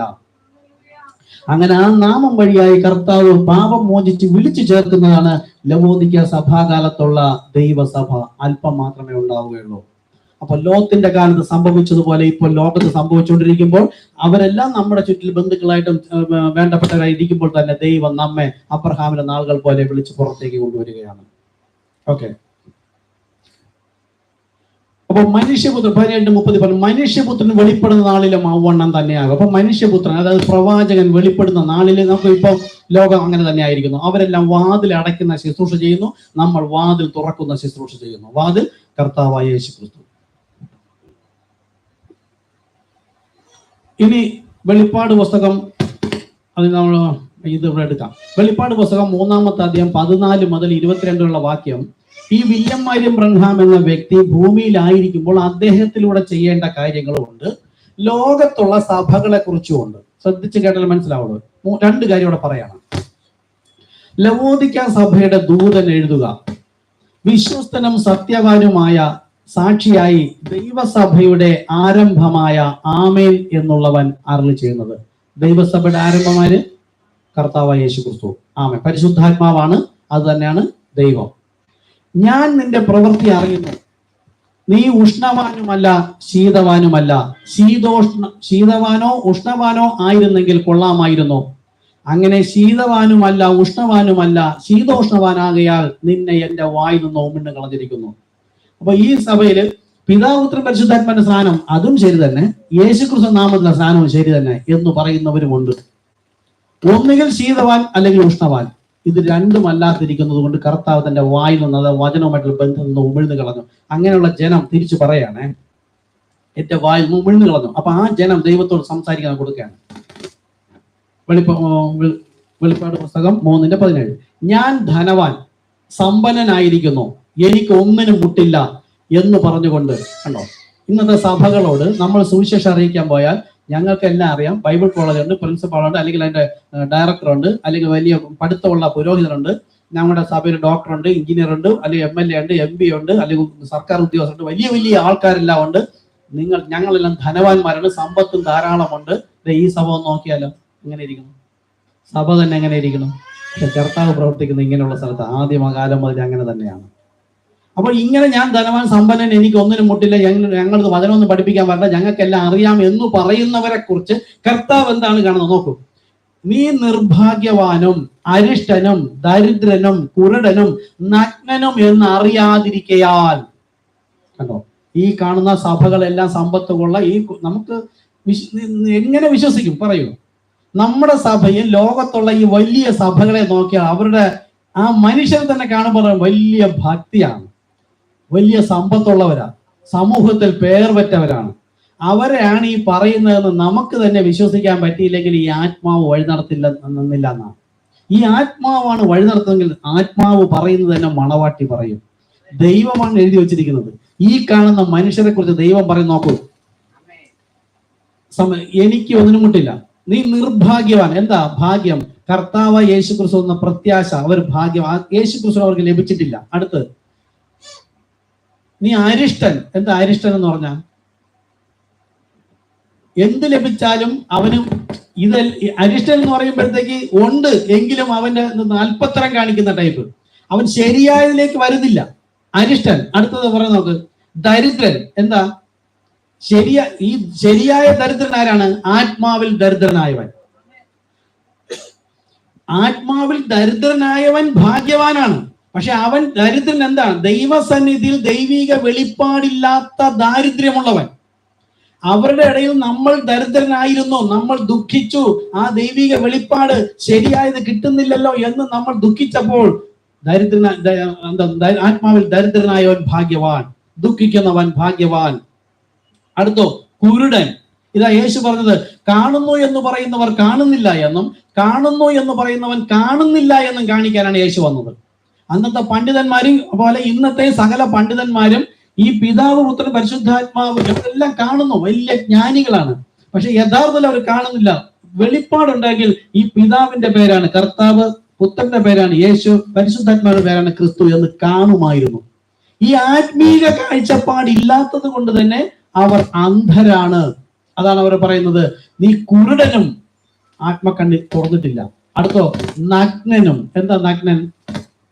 നീതിയുടെ വസ്ത്രം അവർ ലഭിച്ചിട്ടില്ല. അവർ പഠിപ്പിക്കുന്ന വചനത്തിന്റെ വ്യാഖ്യാനം മുഴുവൻ തെറ്റാണ്. തെറ്റായ വെളിപ്പാട് മരണത്തെ കൊണ്ടുവരുന്നു. അത് ശരിയായ വെളിപ്പാടാണ് നമ്മളെ ജീവനെ കൊണ്ടുവരുന്നത്. അപ്പൊ അകത്തെ മനുഷ്യനെ സംരക്ഷിക്കുന്ന നീതിയുടെ വചനമില്ല അവർക്ക്. അവരാണ് നഗ്നർ. നീതിയുടെ വസ്ത്രമാണ് വില്യം മരിയം ബ്രൻഹാമിലൂടെ, അല്ലെങ്കിൽ ദൈവത്തിൽ വചനത്തിൽ പറഞ്ഞിരിക്കുന്നതിന് വില്യം മരിയം ബ്രൻഹാമിലൂടെ കർത്താവ് നമുക്ക് വെളിപ്പെടുത്തി തരികയാണ്. അതിൽ വിശ്വസിച്ച് ഈ വചനത്തിന്റെ വെളിപ്പാടിൽ, വചനത്തിലല്ല വെളിപ്പാടിൽ വിശ്വസിക്കുമ്പോൾ നീതിയുടെ വസ്ത്രം ലഭിക്കുകയാണ്. ഈ സഭകൾക്കൊന്നും അത് ലഭിക്കുന്നില്ല. അവരെ നോക്കിയാണ് കർത്താവ് പറഞ്ഞത്, ഈ കുരുടനും നഗ്നനും എന്ന് അറിയാതിരിക്കയാൽ. കണ്ടോ, നമ്മൾ ചെന്ന് പറഞ്ഞു കൊടുത്തിട്ട് അവർക്ക് മനസ്സിലാകുന്നില്ല. അടുത്ത്, ഇനി അവര് സമ്പന്നനും എല്ലാം ഉള്ളവനാകണമെങ്കിൽ എന്ത് ചെയ്യണം? വെളിപ്പാട് 3:18. നീ സമ്പന്നനാകേണ്ടതിന് തീയിൽ ഊതിക്കഴിച്ച പൊന്നും നിന്റെ നഗ്നതയുടെ ലജ്ജ വെളിവാകത്തക്കവണ്ണം ധരിക്കേണ്ടതിന് വെള്ളയുടുപ്പും നിനക്ക് കാഴ്ച ലഭിക്കേണ്ടതിന് കണ്ണിൽ എഴുതുവാൻ ലേപനവും എന്നോട് വിലയ്ക്ക് വാങ്ങുവാൻ ഞാൻ നിന്നോട് ബുദ്ധി പറയുന്നു. അതായത് ഇനി അവൻ സമ്പന്നന, ദൈവസന്നിധിയിൽ ദൈവത്തിന്റെ കാഴ്ചപ്പാടിൽ സമ്പന്നനും നീതിയുള്ള വസ്ത്രം ധരിക്കണമെങ്കിൽ അവൻ എന്ത് ചെയ്യണം? അവൻ തന്നെ വിൽക്കണം. നീ കണ്ണിൽ എഴുതുവാൻ ലേപനം, ആത്മക്കണ്ണിൽ എഴുതുവാൻ ലേപനം, പരിശുദ്ധാത്മാവ് ലഭിക്കുവാൻ നീ എന്നോട് വിലയ്ക്ക് വാങ്ങണമെന്ന് പറഞ്ഞാൽ, നീ ഇന്ന് ബുദ്ധിപരമായ സംഘടനാ സഭകൾക്കും പുരോഹിതന്മാർക്കും അല്ലെങ്കിൽ സമുദായത്തിലുള്ള സകല നമ്മുടെ ബന്ധുക്കൾക്കും വേണ്ടി വിറ്റിരിക്കുന്നു. അങ്ങനെ നാം നമ്മെ തന്നെ ക്രിസ്തുവിന് വിൽക്കണം. ഞാൻ ഏതുമില്ല കർത്താവേ എന്ന് പറഞ്ഞ് ക്രിസ്തുവിന് വിറ്റിട്ട് ഇനി എന്നിൽ ജീവിക്കുന്നത് ഞാനല്ല, ക്രിസ്തു അത്രേ. അങ്ങനെയാണെങ്കിൽ എന്നെ ആര് കർത്താവിന്റെ നാമനിമിത്തം പഴിച്ചാലും ദുഷിച്ചാലും ഒറ്റപ്പെടുത്തിയാലും എനിക്ക് വിരോധം ഉണ്ടാവില്ല. കാര്യം എന്താ? ഞാൻ എനിക്ക് വേണ്ടിയല്ല ജീവിക്കുന്നത്. യേശു ഭൂമിയിൽ വന്ന് യേശുവിന് വേണ്ടിയിട്ടല്ല ജീവിച്ചത്, നമുക്ക് വേണ്ടി ജീവിച്ചത് കൊണ്ട് യേശുവിനൊരു ദുഃഖവും തോന്നിയില്ല, ഒരു ലജ്ജയും തോന്നിയില്ലെങ്കിൽ, നമ്മളും ക്രിസ്തുവിന് വേണ്ടി ജീവിക്കുന്നുവെങ്കിൽ നമ്മളും പഴി ദുഷി നിന്ന പരിഹാസം ഉണ്ട്. അല്ല, ഞാൻ എനിക്ക് വേണ്ടി ജീവിക്കുന്നുവെങ്കിൽ ലജ്ജിക്കപ്പെടും. നമുക്ക് കണ്ണിൽ എഴുതുവാൻ ലേപനം എന്നോട് വിലയ്ക്ക് വാങ്ങുവാൻ ഞാൻ ബുദ്ധി പറയുന്നു. ഈ ബുദ്ധി ലോകത്തിന്റെ ബുദ്ധിയല്ല, ദൈവത്തിന്റെ ജ്ഞാനമാണ്. ദൈവത്തിന്റെ ജ്ഞാനം ലോകം ഭോഷത്വം എന്നാണ് കാണുന്നത്.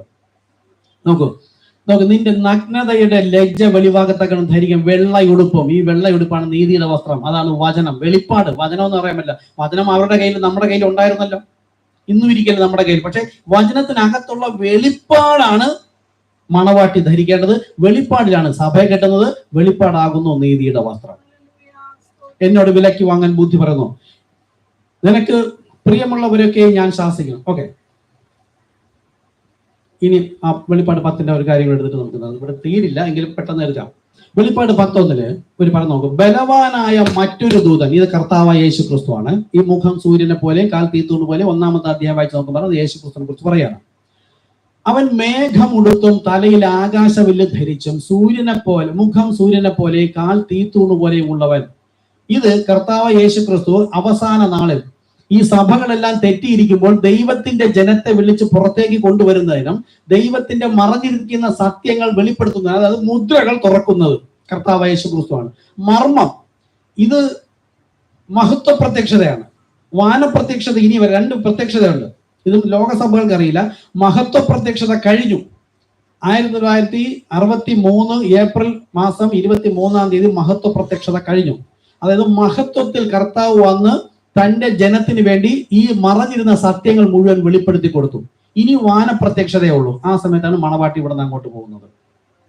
അപ്പൊ മഹത്വ പ്രത്യക്ഷതയിൽ വന്ന കാര്യത്തെ വിശ്വസിക്കുന്നവൻ ദൈവത്തിന് മഹത്വം കൊടുക്കുന്നവനായിരിക്കും എപ്പോഴും. ഓരോ കാര്യവും ദൈവിക വെളിപ്പാട് മറഞ്ഞിരിക്കുന്നതാ. നമ്മൾ ലോകസഭയിൽ നമുക്ക് വെളിപ്പെടാതിരുന്ന കാര്യങ്ങളെല്ലാം ദൈവം വന്ന് വെളിപ്പെടുത്തി തരുമ്പോൾ ഈ വെളിപ്പെടുത്തി തന്ന അതേ ആത്മാവ് നമ്മുടെ ഉള്ളിൽ ഇരിക്കുന്നുവെങ്കിൽ ആ ആത്മാവ് എന്നെ കൊണ്ട് ദൈവത്തിന് മഹത്വം കൊടുപ്പിക്കും. ബുദ്ധി പറയുന്നെങ്കിൽ ഇടയ്ക്കിടയ്ക്ക് പറയും, പിന്നെ മറന്നുപോകും. അത് ബുദ്ധിയിൽ പറയുന്ന. ബുദ്ധി അങ്ങനെയല്ല. ആത്മാവ് പറഞ്ഞാൽ അടുത്തിരിക്കുന്നവരെ കുറിച്ചൊന്നും ലജ്ജയില്ല. അത് എപ്പോഴും ആത്മാവ് ഉണർന്നു തന്നെ ഇരിക്കും. മഹത്വ പ്രത്യക്ഷത വന്ന ദൈവത്തിന് മഹത്വം കൊടുത്തുകൊണ്ടേയിരിക്കും ആ വെളിപ്പാട് നിമിത്തം. നോക്കുക, ഇങ്ങനെ ഇറങ്ങി വന്നത് ആരാണ്? കർത്താവായ യേശു ക്രിസ്തു. അങ്ങനെ വന്നപ്പോൾ അവന്റെ കയ്യിൽ എന്തുണ്ടായിരുന്നു? തുറന്ന ഒരു ചെറു പുസ്തകം. നമ്മുടെ ബൈബിൾ എന്താണ്?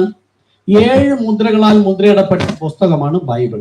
7 മുദ്രകളാൽ, അകവും പുറവും 7 മുദ്ര. എന്നാണ് ബൈബിൾ എഴുതിയിരിക്കുന്നത്. വാസ്തവത്തിൽ അകത്താണ് മുദ്ര, പുറത്ത് മുദ്രയിടേണ്ട ആവശ്യമില്ല. ബൈബിൾ തുറന്നു വായിച്ചാൽ അതിനകത്ത് എഴുതിയിരിക്കുന്ന വചനം ആർ കേട്ട് ഗ്രഹിക്കണമെന്ന് ദൈവത്തിന് ഉദ്ദേശമുണ്ട്. ആ ഉദ്ദേശം ആ മനുഷ്യൻ അതിനു മുമ്പേ പറഞ്ഞിട്ടുണ്ട്. നീ എവണ്ണം എന്റെ അടുക്കൽ വരണം. യേശുക്രിസ്തുവിന്റെ അടുക്കൽ വരുമ്പോൾ ഞാൻ വിശുദ്ധനാകയാൽ നിങ്ങൾ വിശുദ്ധനാകുവിൻ. അപ്പൊ ഒന്നാമത് പാപമോചന സ്നാനം, അത് തന്നെ ഒന്നാമത്തെ കാര്യം. ആ പാപമോചന സ്നാനം വിശ്വാസത്താൽ, ആരെങ്കിലും പറഞ്ഞു കേട്ടതൊന്നുമില്ല, വിശ്വാസത്താൽ. അത് കർത്താവ് ഹൃദയമാണ് കാണുന്നത്. എന്റെ സ്നാനം ശരിയായണോ ഇല്ല ദൈവമാണ് കണക്കിടുന്നത്. ദൈവമാണ് ആത്മാവിനെ തരുന്നത്. ആ ആത്മാവ് ലഭിക്കാതെ, ആത്മാവ് ലഭിച്ചവരെ പോലെ ചിലപ്പോൾ നമ്മൾ അഭിനയിക്കും. ഞാൻ അങ്ങനെയൊക്കെ ഇരുന്നു പെന്തക്കോസ്തിൽ ഇരുന്നപ്പോഴത്തേക്ക് അന്യഭാഷയൊക്കെ എഴുതി വെച്ച് പഠിച്ച് ഭയങ്കര കാര്യം, അഭിഷേകം ഇല്ലെങ്കിൽ ദൈവജനം അല്ലെന്നാ. പക്ഷെ യഥാർത്ഥ ആത്മാവ് നൽകുന്നത് ദൈവമാണ്. ആ വചനം നമ്മൾ കൃത്യമായി വിശ്വസിച്ചിട്ടാണ് പ്രമാണിച്ചനുസരിച്ചെങ്കിൽ, ഇല്ലെങ്കിൽ നമ്മൾ ശിക്ഷാവിധിയിലാക്കപ്പെടും. വിശ്വസിച്ചാണെങ്കിൽ ജീവൻ പ്രാപിക്കും. അപ്പോൾ ആ എല്ലാ സത്യങ്ങളും വെളിപ്പെടുത്തി തരുന്നത് കർത്താവാണ്. അതാണ് തുറന്ന ഒരു ചെറു പുസ്തകം. കർത്താവ് വന്നപ്പോൾ ഒരു തുറന്ന ചെറു പുസ്തകം ഉണ്ടായിരുന്നു. ബൈബിൾ 7 മുദ്രകൾ, ദൈവത്തിന്റെ വചനത്തെ മൊഴി. ദാനിയേൽ കണ്ട ദർശനത്തിൽ എന്താ പറഞ്ഞു? അന്ത്യനാൾ വരെ മുദ്രയിട്ടേക്കാം. ഇവിടെയും യോഹന്നാൻ 7 ഇടിനാദം കേട്ടു. ഇടിനാദം എന്ന് വെച്ചാൽ ദൈവത്തിന്റെ ശബ്ദം. അത് നമ്മളോട് പറഞ്ഞു. മോശയിലൂടെ ദൈവം സംസാരിച്ചപ്പോൾ ആ കാലത്ത് ജനം പറയാണ്, മോശെ, ദൈവം സംസാരിക്കുമ്പോൾ ഇടിമുഴക്കം പോലെ കേൾക്കുന്നു, അത് ഞങ്ങൾക്ക് ഭയമാകുന്നു, ഞങ്ങൾ മരിച്ചു പോകും. ഞങ്ങൾ മരിക്കാതിരിക്കേണ്ടതിന് ഇനി ദൈവം നമ്മളോട് സംസാരിക്കേണ്ട, നീ സംസാരിച്ചാൽ മതിയെന്ന്. ഇത് മോശ ദൈവത്തോട് പറഞ്ഞു. പിന്നെ മോശയിലൂടെ ദൈവം സംസാരിച്ചു. വാസ്തവമായി ഇപ്പോൾ നമ്മൾ ഈ സഭയിലായിരിക്കുന്നത്, ഈ വചനം കേൾക്കുമ്പോൾ ഏത് കാലത്തും, ഉൽപ്പത്തി മുതൽ വെളിപ്പാട് വരെ, സൂര്യോദയത്തെങ്കിലും അസ്തമയത്തെങ്കിലുമുള്ള സകല ജനവും ദൈവ ശബ്ദം കേട്ടാൽ മരിക്കണം എന്നതാണ് ദൈവ ഇഷ്ടം. ഒന്നും നിങ്ങൾക്ക് മനസ്സിലായില്ല, ഒരു ആമേനും വന്നില്ല. നല്ല കാര്യം. ഓക്കെ, ഇപ്പൊ പറഞ്ഞത് ആത്മാവുള്ളവൻ അകത്തെ ആത്മാവ് നമ്മൾ സംസാരിപ്പിക്കും. ഓക്കെ, കുഴപ്പമില്ല. ദൈവത്തിന്റെ ശബ്ദം എപ്പോൾ ഏതൊരു വ്യക്തി കേട്ടാലും ആ വ്യക്തി അതുവരെയുള്ള അറിവ് സംബന്ധിപ്പിച്ച് അതിനെക്കുറിച്ചുള്ള അതുവരെ അവൻ കേട്ടിരിക്കുന്നത് സംബന്ധിച്ച് അവൻ മരിച്ചിട്ട് ഈ ദൈവത്തിന്റെ ശബ്ദം, അതായത് വെളിപ്പാട് പ്രകാരം അവൻ പിന്നെ ജീവിക്കണം. അപ്പൊ ദൈവമാണ് രഹസ്യം വെളിപ്പെടുത്തുന്നത്. ആ രഹസ്യം വെളിപ്പെടുത്തുന്നതിന് മുമ്പ് ലോകം ബുദ്ധിയിൽ ബൈബിൾ കോളേജ് വഴിയായി പുരോഹിത വർഗം നമ്മളോട് ഒരുപാട് കാര്യം പറഞ്ഞിട്ടുണ്ട്. ശരിയായ വെളിപ്പാട് വരുമ്പോൾ ദൈവശബ്ദം അത് ഇടിമുഴക്കം പോലെ കേൾക്കും, എന്നെ മരിപ്പിക്കും, ദിനം പ്രതി പുതുക്കത്തിന്റെ ആത്മാവ് പ്രാപിക്കും. അപ്പൊ ഇത് നടക്കരുതെന്നാണ് മോശയുടെ കാലം മുതൽ ദൈവത്തിന്റെ ജനത്തിന്റെ ഇഷ്ടം. അതുകൊണ്ടാണ് ദൈവം സംസാരിക്കേണ്ട, മോശ സംസാരിച്ചാൽ മതി. ചില സമയത്ത് സഭയിൽ വരുമ്പോൾ ഞാൻ കഠിനമായി പറയുന്നത് പലരും പറഞ്ഞിട്ടുണ്ട്. ഞാൻ സംസാരിക്കണത് എനിക്ക് നിങ്ങളുടെ അങ്ങനെ പണങ്ങളൊന്നുമില്ല. ദൈവം തന്റെ ജനത്തോട് സംസാരിക്കുമ്പോൾ നമുക്ക് ഇടിമുഴക്കം പോലെ തന്നെ കേൾക്കാം. അത് ഇത്ര കഠിനമായി പോയല്ലോ എന്ന് കേൾക്കും. അങ്ങനെ കേൾക്കുമ്പോൾ ഞാൻ തെറ്റിലായിരിക്കുന്നത് കൊണ്ടാണ് എനിക്ക് വേദന ഉളവാകുന്നത്. അതേ സമയത്ത് മുൻപ് ഇതുപോലെ ശബ്ദം കേട്ടിട്ട് ആ പാപജീവിതം വിട്ടിട്ട് വിശുദ്ധ ജീവിതം നയിക്കുന്ന ഒരു വ്യക്തിയാണെങ്കിൽ ആ വർത്തമാനം കേൾക്കുമ്പോൾ ഹല്ലേലൂയ, യേശുവേ സ്തോത്രം, അങ്ങനെ ഒരു അവസ്ഥയിൽ നിന്ന് എന്നെ ഇങ്ങനെ വീണ്ടെടുത്തല്ലോ കർത്താവേ, നന്ദി എന്ന് പറയും. അത് ഇപ്പോഴും തെറ്റിലായിരിക്കുന്നെങ്കിൽ അവരാണ് പറയുന്നത് അത്രയൊന്നും കഠിനമായിട്ട് പറയേണ്ട, അത് എന്നെ തന്നെ ഉദ്ദേശിച്ചതെന്ന് പറയും. അപ്പൊ ദൈവശബ്ദം കേൾക്കണമെന്നാണ് ദൈവത്തിന്റെ ഇഷ്ടം. അത് വെളിപ്പാടാണ്. അപ്പോൾ 7 മുദ്രകളാൽ മുദ്രയിടപ്പെട്ടിരുന്ന പുസ്തകത്തിന്റെ സത്യങ്ങൾ തുറന്നു കൊടുക്കുന്നതിന് വേണ്ടി കർത്താവ് യേശുക്രിസ്തു വരുമ്പോൾ തുറന്ന ഒരു ചെറു പുസ്തകവുമായിട്ടാണ് വന്നത്. ആ പുസ്തകത്തിലുള്ളത് ആണ് ഇവിടേക്ക് വിളിച്ചു പറയുന്നത്.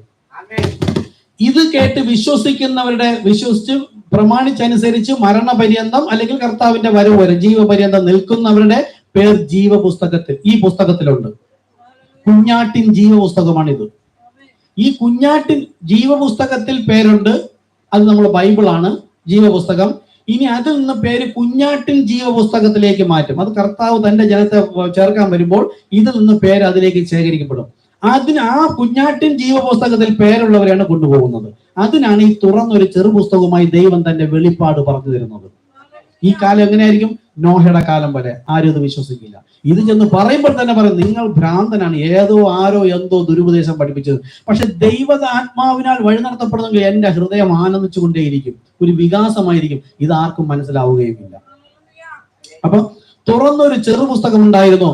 അവൻ വലങ്കാൽ സമുദ്രത്തിന്മേലും ഇടങ്കാൽ ഭൂമി മേലും വെച്ചു. അതായത് ഭൂമി മുഴുവനുള്ള ജനത്തിന് വേണ്ടി, വല്ല സമുദ്രം എന്ന് വെച്ചാൽ ജനക്കൂട്ടം, ഭൂമി എന്ന് വെച്ചാൽ ഭൂമിയിലുള്ള സകല മനുഷ്യർക്കും വേണ്ടിയിട്ട്. എന്നിട്ട് സിംഹം അലറുന്നത് പോലെ അത്യുച്ചത്തിൽ ആർത്തു. ദൈവത്തിന്റെ ശബ്ദമാണ് സംസാരിച്ചത്. ആർത്തപ്പോൾ 7 ഇടിയും നാദം മുഴക്കി. അപ്പോ യോഹന്നാനിലൂടെ ദൈവം സംസാരിക്കുകയാണ് 7 കാര്യങ്ങൾ.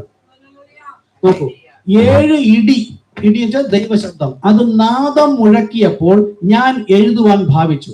അപ്പോൾ യോഹന്നാനോട് പറഞ്ഞു, 7 ഇടി മുഴക്കിയത് എഴുതാതെ മുദ്രയിട്ടേക്ക എന്ന് സ്വർഗത്തിൽ നിന്നൊരു ശബ്ദം കേട്ടു. അപ്പൊ കേട്ടത് എഴുതാൻ പറ്റുന്നതായിരുന്നു.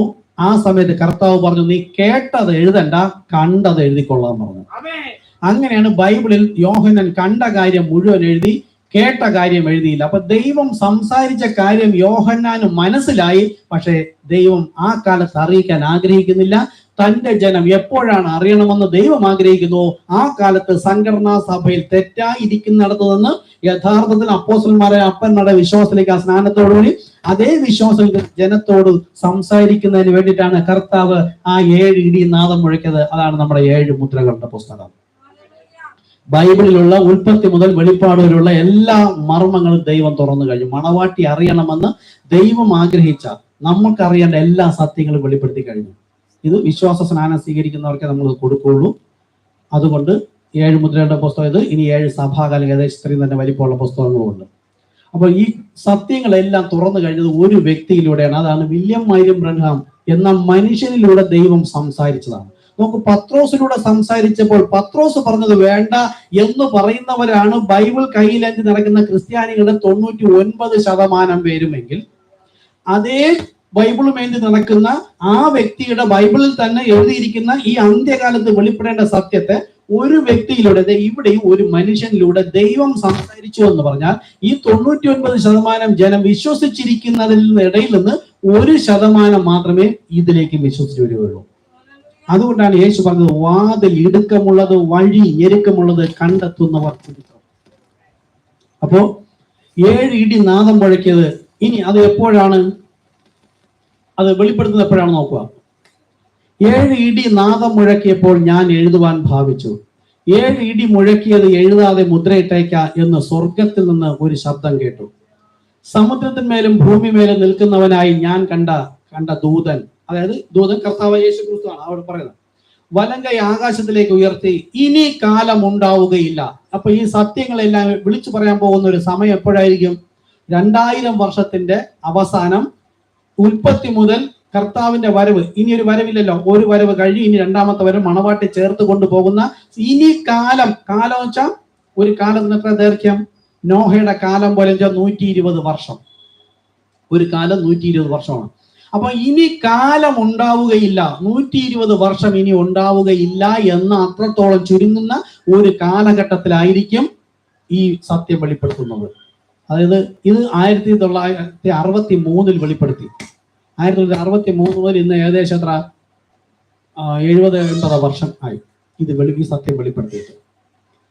അപ്പോ ഇനി കാലം ഉണ്ടാകില്ല. എപ്പോഴാണ് വെളിപ്പെടുത്തുന്നത്? ദൈവത്തിന്റെ കയ്യിൽ 7 നക്ഷത്രമുണ്ട്. 7 നക്ഷത്രങ്ങൾ 7 സഭയുടെ ദൂതനാകുന്നു. അപ്പോൾ 1ാമത്തത് പൗലോസാണ്, ഇറാനിയോസ്, മാർട്ടിൻ, കൊളംബ, ലൂഥർ, വെസ്ലി. 7ാമത്തത് ദൈവത്തിന്റെ ഈ വെളിച്ചപ്പാട് വന്നത്, അല്ലെങ്കിൽ വെളിച്ചം വന്നത് വില്യം ബ്രൻഹാം എന്ന വ്യക്തി. ആ വ്യക്തിയിലൂടെ 7ാമത്തെ ദൂതൻ കാഹളമൂതുവാനിരിക്കുന്ന നാദത്തിന്റെ കാലത്ത്, അപ്പോ പൗലോസിന്റെ കാലത്ത് അറിയിക്കുന്നതല്ല, കത്തോലിക്ക, മാർട്ടിൻ, ലൂതർ അല്ലെങ്കിൽ പെന്തക്കോസ്ത് വരെയുള്ള കാലത്തല്ല, 7ാമത്തെ ഒരു മനുഷ്യനിലൂടെ ദൈവം സംസാരിക്കുമ്പോൾ അദ്ദേഹത്തിന്റെ ശുശ്രൂഷ നിലനിൽക്കുന്ന സമയത്ത് ദൈവം അദ്ദേഹത്തിലൂടെ സംസാരിക്കുമെന്നാണ്. ഇത് ഇന്നും ഒരു സഭയും വിശ്വസിക്കുന്നില്ല. ഈ മുദ്രകളെല്ലാം തുറന്നത് കൊണ്ടാണ് നമുക്കന്ന് മനസ്സിലായത് മൂടുപടം വേണ്ട എന്നുള്ള കാര്യം മനസ്സിലായി. കർത്താവ് ഭവനം ഒരുക്കാൻ പോയിരിക്കുന്നു എന്ന് ലോകം പറയുന്നു. ഇനിയിപ്പോ ഉടനെ തന്നെ വേറൊരു കാര്യങ്ങൾ പഠിപ്പിക്കുന്നുണ്ട്. 2 ദിവസം മുമ്പ് ഞാൻ വീട്ടിൽ പ്രാർത്ഥിച്ചുകൊണ്ടിരുന്നപ്പോഴത്തേക്ക്, സന്ധ്യാപ്രാർത്ഥന സമയത്താണ്, പ്രാർത്ഥിക്കേണ്ട സമയമാണെങ്കിൽ ഞാൻ കർത്താവിനോട് ചോദിച്ചു, കർത്താവെ 3-4 ലക്ഷം ട്രാക്ട് പ്രിന്റ് ചെയ്ത് ദേശത്തെല്ലാം കൊണ്ടുകൊടുത്ത് ആരും വിശ്വസിക്കുന്നില്ല കർത്താവ്. ഇതായിരുന്നു എന്റെ പ്രാർത്ഥന. സന്ധ്യാപ്രാർത്ഥന പാട്ട് പാടി എല്ലാവരും പ്രാർത്ഥിച്ചുകൊണ്ടിരിക്കുന്നു, ഞാൻ ഇങ്ങനെ പ്രാർത്ഥിച്ചു. അപ്പോൾ കർത്താവിനോട് ഒരു കാര്യം പറഞ്ഞു, അടുത്ത ഒരു കാര്യം കൂടെ ചെയ്യാൻ പറഞ്ഞു. ഉൽപ്പത്തി മുതൽ വെളിപ്പാട് വരെയുള്ള ദൈവത്തിനൊരു ഇഷ്ടമുണ്ട്. ആ ഇഷ്ടം എപ്പോഴും ദൈവം മരണവും വയ്ക്കും, ജീവനും വയ്ക്കും. ശാപവും വയ്ക്കും, അനുഗ്രഹവും വയ്ക്കും, നന്മയും വയ്ക്കും, തിന്മയും വയ്ക്കും.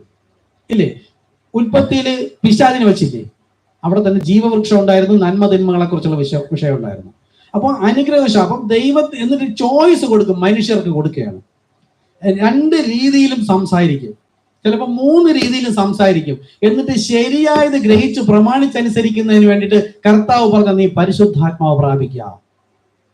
പരിശുദ്ധാത്മാവ് ഓരോ അവൻ നിങ്ങളെ സകല സത്യത്തിലും വഴി നടത്തും. അപ്പോൾ എന്നോട് കർത്താവ് അടുത്ത് പറഞ്ഞത്, ഞാനോട് ബീനോട് പറയേ, ഇനി ഒരു 10,000-10,000 ട്രാക്ട് അടിക്കണം. ട്രാക്ട് അടിച്ച് ഇപ്പൊ ഒരു 30,000-35,000 ട്രാക്ട് വരിയിരിക്കണം. ഇതിനിടയിൽ ഓരോന്ന് കയറ്റി ഇനി അടുത്ത് കൊടുക്കുന്നതാണ്.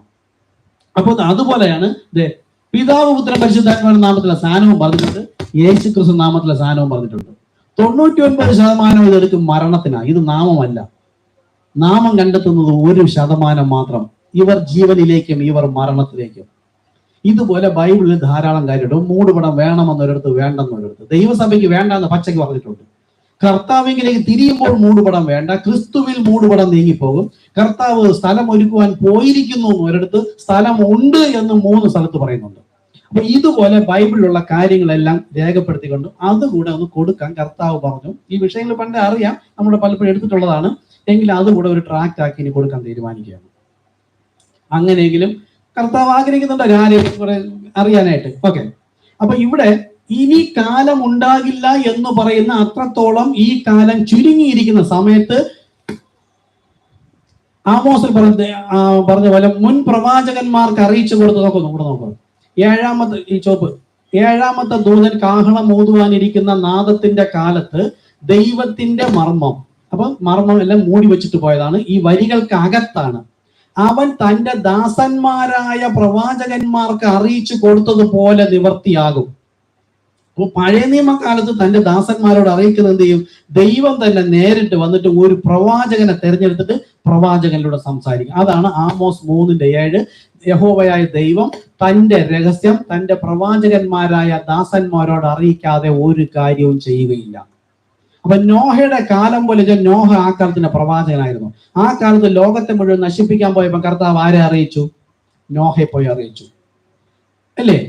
ഇനി സോദോം നശിപ്പിക്കാൻ പോയപ്പോൾ ആരറിയിച്ചു? ആ കാലത്തെ പ്രവാചകൻ അബ്രഹാമിന് ചോദിച്ചു. അതാണ് ചോദിച്ചത്, 45 പേരുണ്ടെങ്കിൽ കൊല്ലുമോ, 30 അങ്ങനെ ചോദിച്ചു. അപ്പൊ ആ കാലത്തും പ്രവാചകൻ അറിയിച്ചു. യേശുവിന്റെ കാലത്ത് അതുവരെയുള്ള എല്ലാവരെയും, അന്ന് വരെ ഉൽപ്പത്തി മുതൽ യേശുവിന്റെ കാലം വരെ മരിച്ചുപോയ ജനങ്ങൾ നിദ്രയിലായിരുന്നു. അവരെ തെരഞ്ഞെടുക്കുന്നതിന് മുമ്പ് ഈ ജനത്തെ ന്യായം വിധിക്കേണ്ടതുണ്ട്. ആ കാലത്ത് ഒരു പ്രവാചകനെ യോഹന്നാൻ സ്നാപകൻ അറിയിച്ചിട്ട് തെറ്റായി നിൽക്കുന്നവരെ യഥാസ്ഥാനത്താക്കുവാനാണ് അന്ന് യോഹന്നാൻ സ്നാപകൻ വന്നത്. അതുപോലെ തന്നെയാണ് ഇന്ന് വില്യം മരിയം ബ്രഹാമിനെ കർത്താവ് അറിയിച്ചിട്ട് തെറ്റി നിൽക്കുന്ന സഭയിൽ നിന്ന് യഥാർത്ഥ വിശ്വാസത്തിലേക്ക് മടങ്ങി വരുവാനായിട്ട് ഇന്നും ഒരു പ്രവാചകനെ അറിയിക്കും. ഇനി അതിന്റെ പിക്ചർ ഇങ്ങനെ നമ്മൾ വില്യം മരിയം ബ്രഹാമിനെയാണ് ദൈവം ഉപയോഗിച്ചത് എന്നതിനൊരു അടയാളമാണ് നമ്മൾ ഇതിന്റെ വെളിപ്പാടിൽ 1 കണ്ട്. അവൻ മേഘമുടുത്തും തലയിൽ ആകാശവില്ല് ധരിച്ചു. വായിച്ചോ, അതാ നോക്കൂ. ബലവാനായ ഒരു ദൂതൻ സ്വർഗത്തിൽ ഇറങ്ങുന്നത് ഞാൻ കണ്ടു. അവൻ മേഘം ഉടുത്തും 10:1 തലയിൽ ആകാശവില്ല് ധരിച്ചും. ഇങ്ങനെ ഒരു വ്യക്തിയെ ദൈവം ഉപയോഗിച്ചാൽ പ്രപഞ്ചത്തിൽ ഈ ഒരു അടയാളം ഉണ്ടാവണം.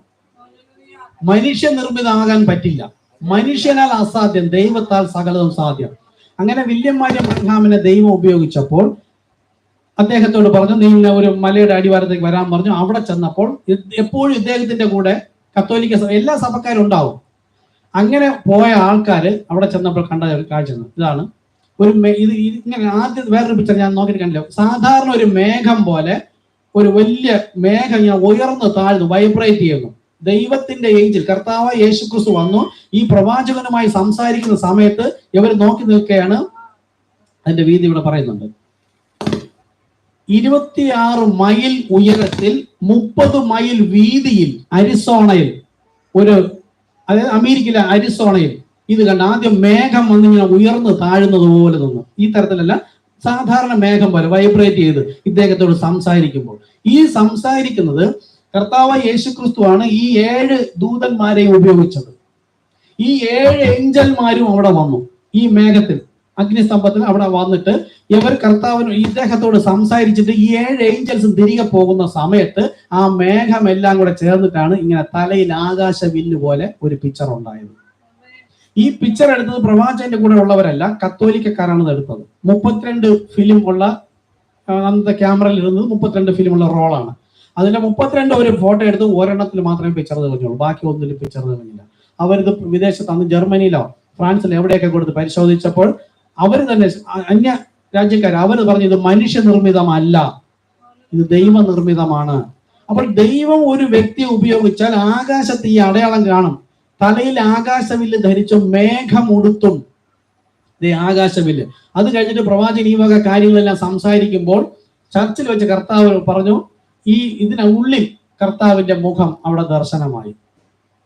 ഇതിന്റെ ആകാശത്ത് നിന്ന് വന്ന 7 ദൂതന്മാർ വെളിപ്പാട് പുസ്തകത്തിലെ കാണാൻ പറ്റുന്നുണ്ടോ? 7 ദൂതന്മാർ വെളിപ്പാട് പുസ്തകത്തിലെ 7 മുദ്രകൾ തുറക്കുന്നത് സംബന്ധിച്ച് സഹോദരൻ ബ്രൻഹാമിനോട് സംസാരിച്ച ശേഷം ആകാശത്തിലേക്ക് തിരികെ കയറി പോയപ്പോൾ അവരുടെ ചിറകുകളാൽ രൂപം കൊണ്ടതാണ് ഈ മേഘം. ഈ ബൃഹത്തായ മേഘം അന്തരീക്ഷത്തിൽ 26 മൈൽ ഉയരത്തിലും 30 മൈൽ വീതിയിലും അരിസോണയിലുള്ള ഫ്ലാഗ് സ്റ്റാഫ് എന്ന സ്ഥലത്ത് 1963 ഫെബ്രുവരി 28 സൂര്യാസ്തമയത്താണ് പ്രത്യക്ഷപ്പെട്ടത്. സൂര്യാസ്തമയത്ത് എന്തുകൊണ്ട് വന്നു? നമ്മൾ ആദ്യ ദിവസം പഠിച്ച സന്ധ്യാസമയത്തോ വെളിച്ചമാകും. കർത്താവിന്റെ വരവ് ആസന്നമായി. സന്ധ്യ കഴിഞ്ഞാൽ പിന്നെ അടുത്ത് നേരം വെളുക്കാൻ പോകുന്നു. കർത്താവിനെ മുഖാമുഖം ദർശിക്കുന്നതിന് തൊട്ട് മുമ്പായിട്ട് പ്രത്യക്ഷപ്പെട്ടു. ആ മേഘത്തിൽ ഈ ഫോട്ടോ 1963 മെയ് മാസം 17 ലൈഫ് മാഗസിനിലാണ് ആദ്യമായി പ്രസിദ്ധീകരിച്ചത്. നോക്കൂ, കർത്താവ് ഉപയോഗിക്കുന്ന സമയത്ത് ദൈവത്തിന്റെ അടയാളം അവിടെ ഉണ്ടാകുമെന്ന് പറഞ്ഞു. ആമോസ് 3:7. യഹോവയായ കർത്താവ് പ്രവാചകന്മാരായ തന്റെ ദാസന്മാർക്ക് തന്റെ രഹസ്യം വെളിപ്പെടുത്താതെ ഒരു കാര്യവും ചെയ്യുകയില്ല. അപ്പോൾ ഇത് അടയാളമാണ്. ഈ അടയാളത്തിന്റെ പിന്നിൽ ഒരു ശബ്ദമുണ്ട്. ആ ശബ്ദമാണ് ദ സൈ ദ ലോർഡ്. കർത്താവ് സംസാരിച്ച ആ സന്ദേശമാണ് നമ്മുടെ ഈ 7 മുദ്രകളുടെ പുസ്തകത്തിലുള്ളത്. മുഴുവൻ മർമ്മങ്ങളും തുറന്നു കഴിഞ്ഞു. ഇനിയും ബുക്സുകളുണ്ട്. നമ്മളിവിടെ എടുക്കുന്ന മെസ്സേജ് ബുക്കുകൾ മുഴുവനും അദ്ദേഹത്തിലൂടെ ദൈവം സംസാരിച്ചതാണ്. അപ്പോൾ യേശുക്രിസ്തു പറഞ്ഞ ലക്ഷണം, അന്ത്യകാലത്ത് ലക്ഷണം ചോദിച്ചപ്പോൾ മനുഷ്യപുത്രൻ വെളിപ്പെടുന്ന നാളിൽ ലോകം നോഹയുടെയും സോദോമിന്റെയും നാളുകൾ പോലെ വെച്ചാൽ ഒരു മനുഷ്യപുത്രൻ വരേണ്ടത് ആവശ്യമുണ്ട്. ആ വ്യക്തിയിലൂടെ മാത്രമേ, ഏതായാലും ഒരു വ്യക്തിയിലൂടെ മാത്രമേ ദൈവം ഒരു തന്റെ സത്യങ്ങൾ വെളിപ്പെടുത്തുകയുള്ളൂ. അങ്ങനെ മാത്രമേ ബൈബിളിൽ ഒരു രീതിയുമുള്ളൂ.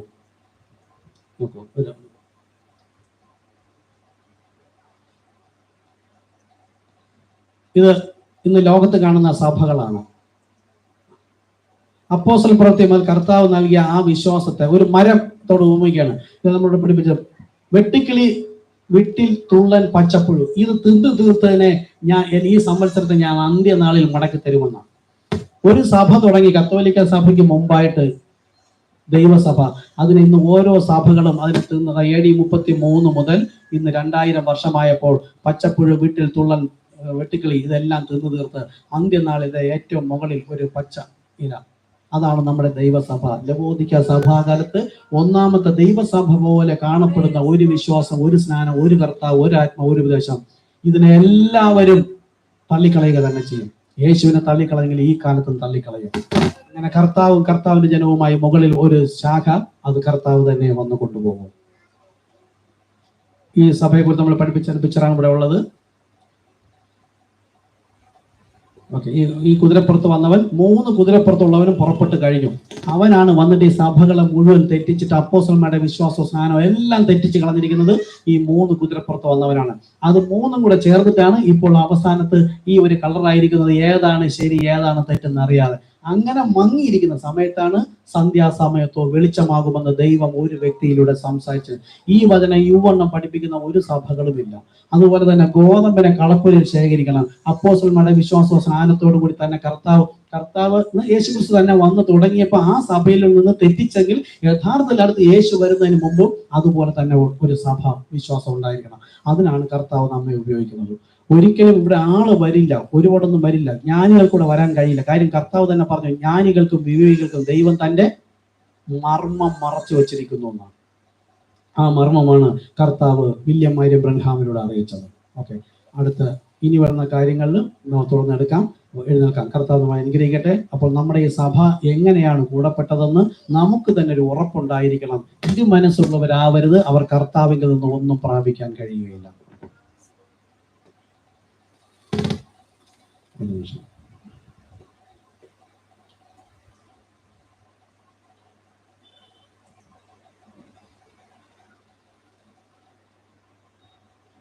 പ്രാർത്ഥിക്കാം. കരുണയുള്ള കർത്താവെ, സ്തോത്രം ചെയ്യുന്നു, സ്തുതിക്കുന്ന കർത്താവെ, ഇന്ന് ഞങ്ങളുടെ അങ്ങ് സംസാരിച്ചിരിക്കുന്ന തിരുവചനം കർത്താവെ, ലോകത്തിൽ കോടിക്കണക്കിന് ജനത്തിന് മറഞ്ഞിരിക്കുമ്പോൾ യേശുവെ അങ്ങ് ഞങ്ങൾക്ക് വെളിപ്പെടുത്തി തന്നിരിക്കുന്ന ഈ ദൈവവചന സത്യം കർത്താവെ, അത് കേട്ട് ഗ്രഹിപ്പാൻ തക്കവണ്ണം നമ്മുടെ ആത്മക്കണ്ണിനാണ് തുറന്നു തന്ന് അതിൽ തന്നെ ഉറപ്പിക്കണമേ എന്ന് പ്രാർത്ഥിക്കുന്നു. കരുണയുള്ള കർത്താവെ, വിട്ടുപോയ ധാരാളം വിഷയങ്ങളുണ്ട്, ഇതിനു മുമ്പ് പറഞ്ഞതുകൊണ്ട് ഇനി പറയേണ്ടതുണ്ട്. കരുണയുള്ള കർത്താവെ, അങ്ങയുടെ ആടുകൾ അങ്ങയുടെ ശബ്ദം കേൾക്കുമെന്നാണ് ബൈബിൾ പറയുന്നത്. എന്റെ ആളുകളെ ഞാൻ പേർ ചൊല്ലി വിളിച്ച് പുറത്തേക്ക് കൊണ്ടുപോകുമെന്ന ഈ സംഘടനാ സഭകളിൽ നിന്ന് അന്ത്യനാളിൽ യേശുക്രിസ്തു വരുന്നതിന് മുമ്പ് ഒറിജിനൽ സീഡിനെ വിളിച്ച് കളപ്പുരയിലേക്ക് ശേഖരിക്കുന്നു പറഞ്ഞ പ്രകാരം അങ്ങ് മുന്നമേ നമ്മെ അവിടെ നിന്ന് വിളിച്ച് വേർതിരിച്ച് എപ്പോഴെങ്കിലും പല സാഹചര്യത്തിലൊക്കെ നമ്മൾ തന്നെ പഠിച്ചിട്ടുണ്ടാകാം, ഇവിടെ എന്താ ഒരുപാട് ദൂരമാകുന്ന ചർച്ച, അവിടെ ആരുമില്ല, അല്ലെങ്കിൽ ഇത് എന്ത് പഠിപ്പിര് എന്നൊക്കെ എപ്പോഴെങ്കിലും തോന്നിപ്പോയിട്ടുണ്ടെങ്കിൽ കർത്താവെ ക്ഷമിക്കണമേ എന്ന് പ്രാർത്ഥിക്കുന്നു. അറിവില്ലായ്മയുടെ കാലം അങ്ങ് ക്ഷമിക്കുമെന്ന് പറയുന്നിരിക്കുന്നു. കർത്താവെ, ഈ കാലം അങ്ങനെയാണ്. യേശുക്രിസ്തു വന്നപ്പോഴും അവർ ദൈവം വിശുദ്ധൻ, പരിശുദ്ധനായ ദൈവം വരുമ്പോൾ ആ പരിശുദ്ധിയോടുകൂടെ വരണം. എന്നാൽ യേശു വന്നപ്പോഴോ പൊട്ടനും കുരുടനും വേശ്യയും ചുങ്കക്കാരനും പിടിച്ചുപറിക്കാരും അങ്ങനെയുള്ള പാപികളുടെ ഇടയിൽ വന്നപ്പോൾ അവർക്ക് വിശ്വസിക്കാൻ കഴിയാത്തതുപോലെ ഇന്നും ലോകത്തുള്ള എല്ലാ മനുഷ്യരും വിശ്വസിക്കുന്നത് ദൈവം തന്നെ നേരിട്ട് വരും, അല്ലെങ്കിൽ അന്ത്യനാളിൽ അറിയിക്കും. അതുപോലെ ഒരു മഹാപുരോഹിതനിലൂടെ അറിയിക്കും. ലോകം അറിയുന്ന വ്യക്തിയായിരിക്കും, വളരെ വിലവെടുപ്പുള്ള വ്യക്തിയായിരിക്കും. എന്നാൽ എളിമയിൽ മറഞ്ഞിരുന്നു കൊണ്ട് ദൈവം തന്നെ എളിമയിൽ വെളിപ്പെടുത്തുമ്പോൾ ജ്ഞാനികൾക്കെല്ലാം മറഞ്ഞിരിക്കുന്ന ഒരു ചരിത്രമാണ് ഉൽപ്പത്തി മുതൽ ഇന്നും. ഇവിടെ നമ്മൾ ഈ ചെറിയ കൂട്ടമേ ഭയപ്പെടേണ്ടെന്ന് യേശു പറഞ്ഞ പ്രകാരം വല്യമാരും ബ്രഹ്മാമിലൂടെ കർത്താവ് നമ്മെ വിളിച്ചു വേർതിരിച്ച് ദൈവകൃപയിൽ നിർത്തിയിരിക്കുന്ന മഹാകൃപയ്ക്കായി നന്ദി. ആ സന്ദേശത്തോടുകൂടെ ഞാൻ ചേർന്ന് നിൽപ്പാൻ പരിശുദ്ധാത്മാവെ നമ്മെ സഹായിക്കണമേ. ആരെങ്കിലും അപ്പോസ്തലന്മാരെ അപ്പന്മാരുടെ വിശ്വാസത്തിൽ മടങ്ങി വരാൻ ആഗ്രഹിക്കുന്നുവെങ്കിൽ അവരുടെ ഹൃദയത്തിലേക്ക് വെളിപ്പെടുത്തിക്കൊണ്ട് ആ വിശ്വാസ സ്നാനത്തിലൂടെ പാപം മോചിക്കാതെ ഒരു വ്യക്തിക്കും ദൈവസഭയിലേക്കോ തുടർന്ന് യേശു ക്രിസ്തുവിലേക്കോ സ്വർഗീയ പ്രവേശനമോ ഉണ്ടായിരിക്കുകയില്ല. അതുകൊണ്ട് മനുഷ്യരെ കുറിച്ച് നിങ്ങൾ എന്നെ എന്റെ മുമ്പിൽ ലജ്ജിക്കുന്നുവെങ്കിൽ സ്വർഗസ്ഥനായ പിതാവിന്റെ മുമ്പിൽ ഞാൻ നിങ്ങളെ കുറിച്ച് ലജ്ജിക്കുമെന്നാണ്. ഈ ദൈവിക വെളിപ്പാടിൽ ലജ്ജിക്കാതെ ദൈവത്തിന്റെ വെളിപ്പാടിനോട് കാതോർത്ത് കർത്താവിന്റെ വരവിൽ എടുക്കപ്പെടുവാണ്. ലോകം അത്രത്തോളം ഞെരുങ്ങിയിരിക്കുമ്പോൾ കർത്താവെ, ഈ അന്ത്യനാളിൽ അങ്ങ് ഞങ്ങൾക്ക് വെളിപ്പെടുത്തുന്ന മഹാകൃപയ്ക്കായി നന്ദി. സ്നാനപ്പെട്ട് വിശ്വാസത്തിൽ വരേണ്ടുന്നവരെ കർത്താവിനെ കൂട്ടിച്ചേർക്കണമെന്ന് പ്രാർത്ഥിക്കുന്നു. സകലതും അങ്ങയുടെ നാമം മഹത്വത്തിനായിരിക്കട്ടെ, യേശു ക്രിസ്തു നാമത്തിൽ തന്നെ. ആമേൻ, ആമേൻ. ആശീർവാദം കാണിക്കുന്ന ശംസനായി പ്രാർത്ഥിക്കുന്നു.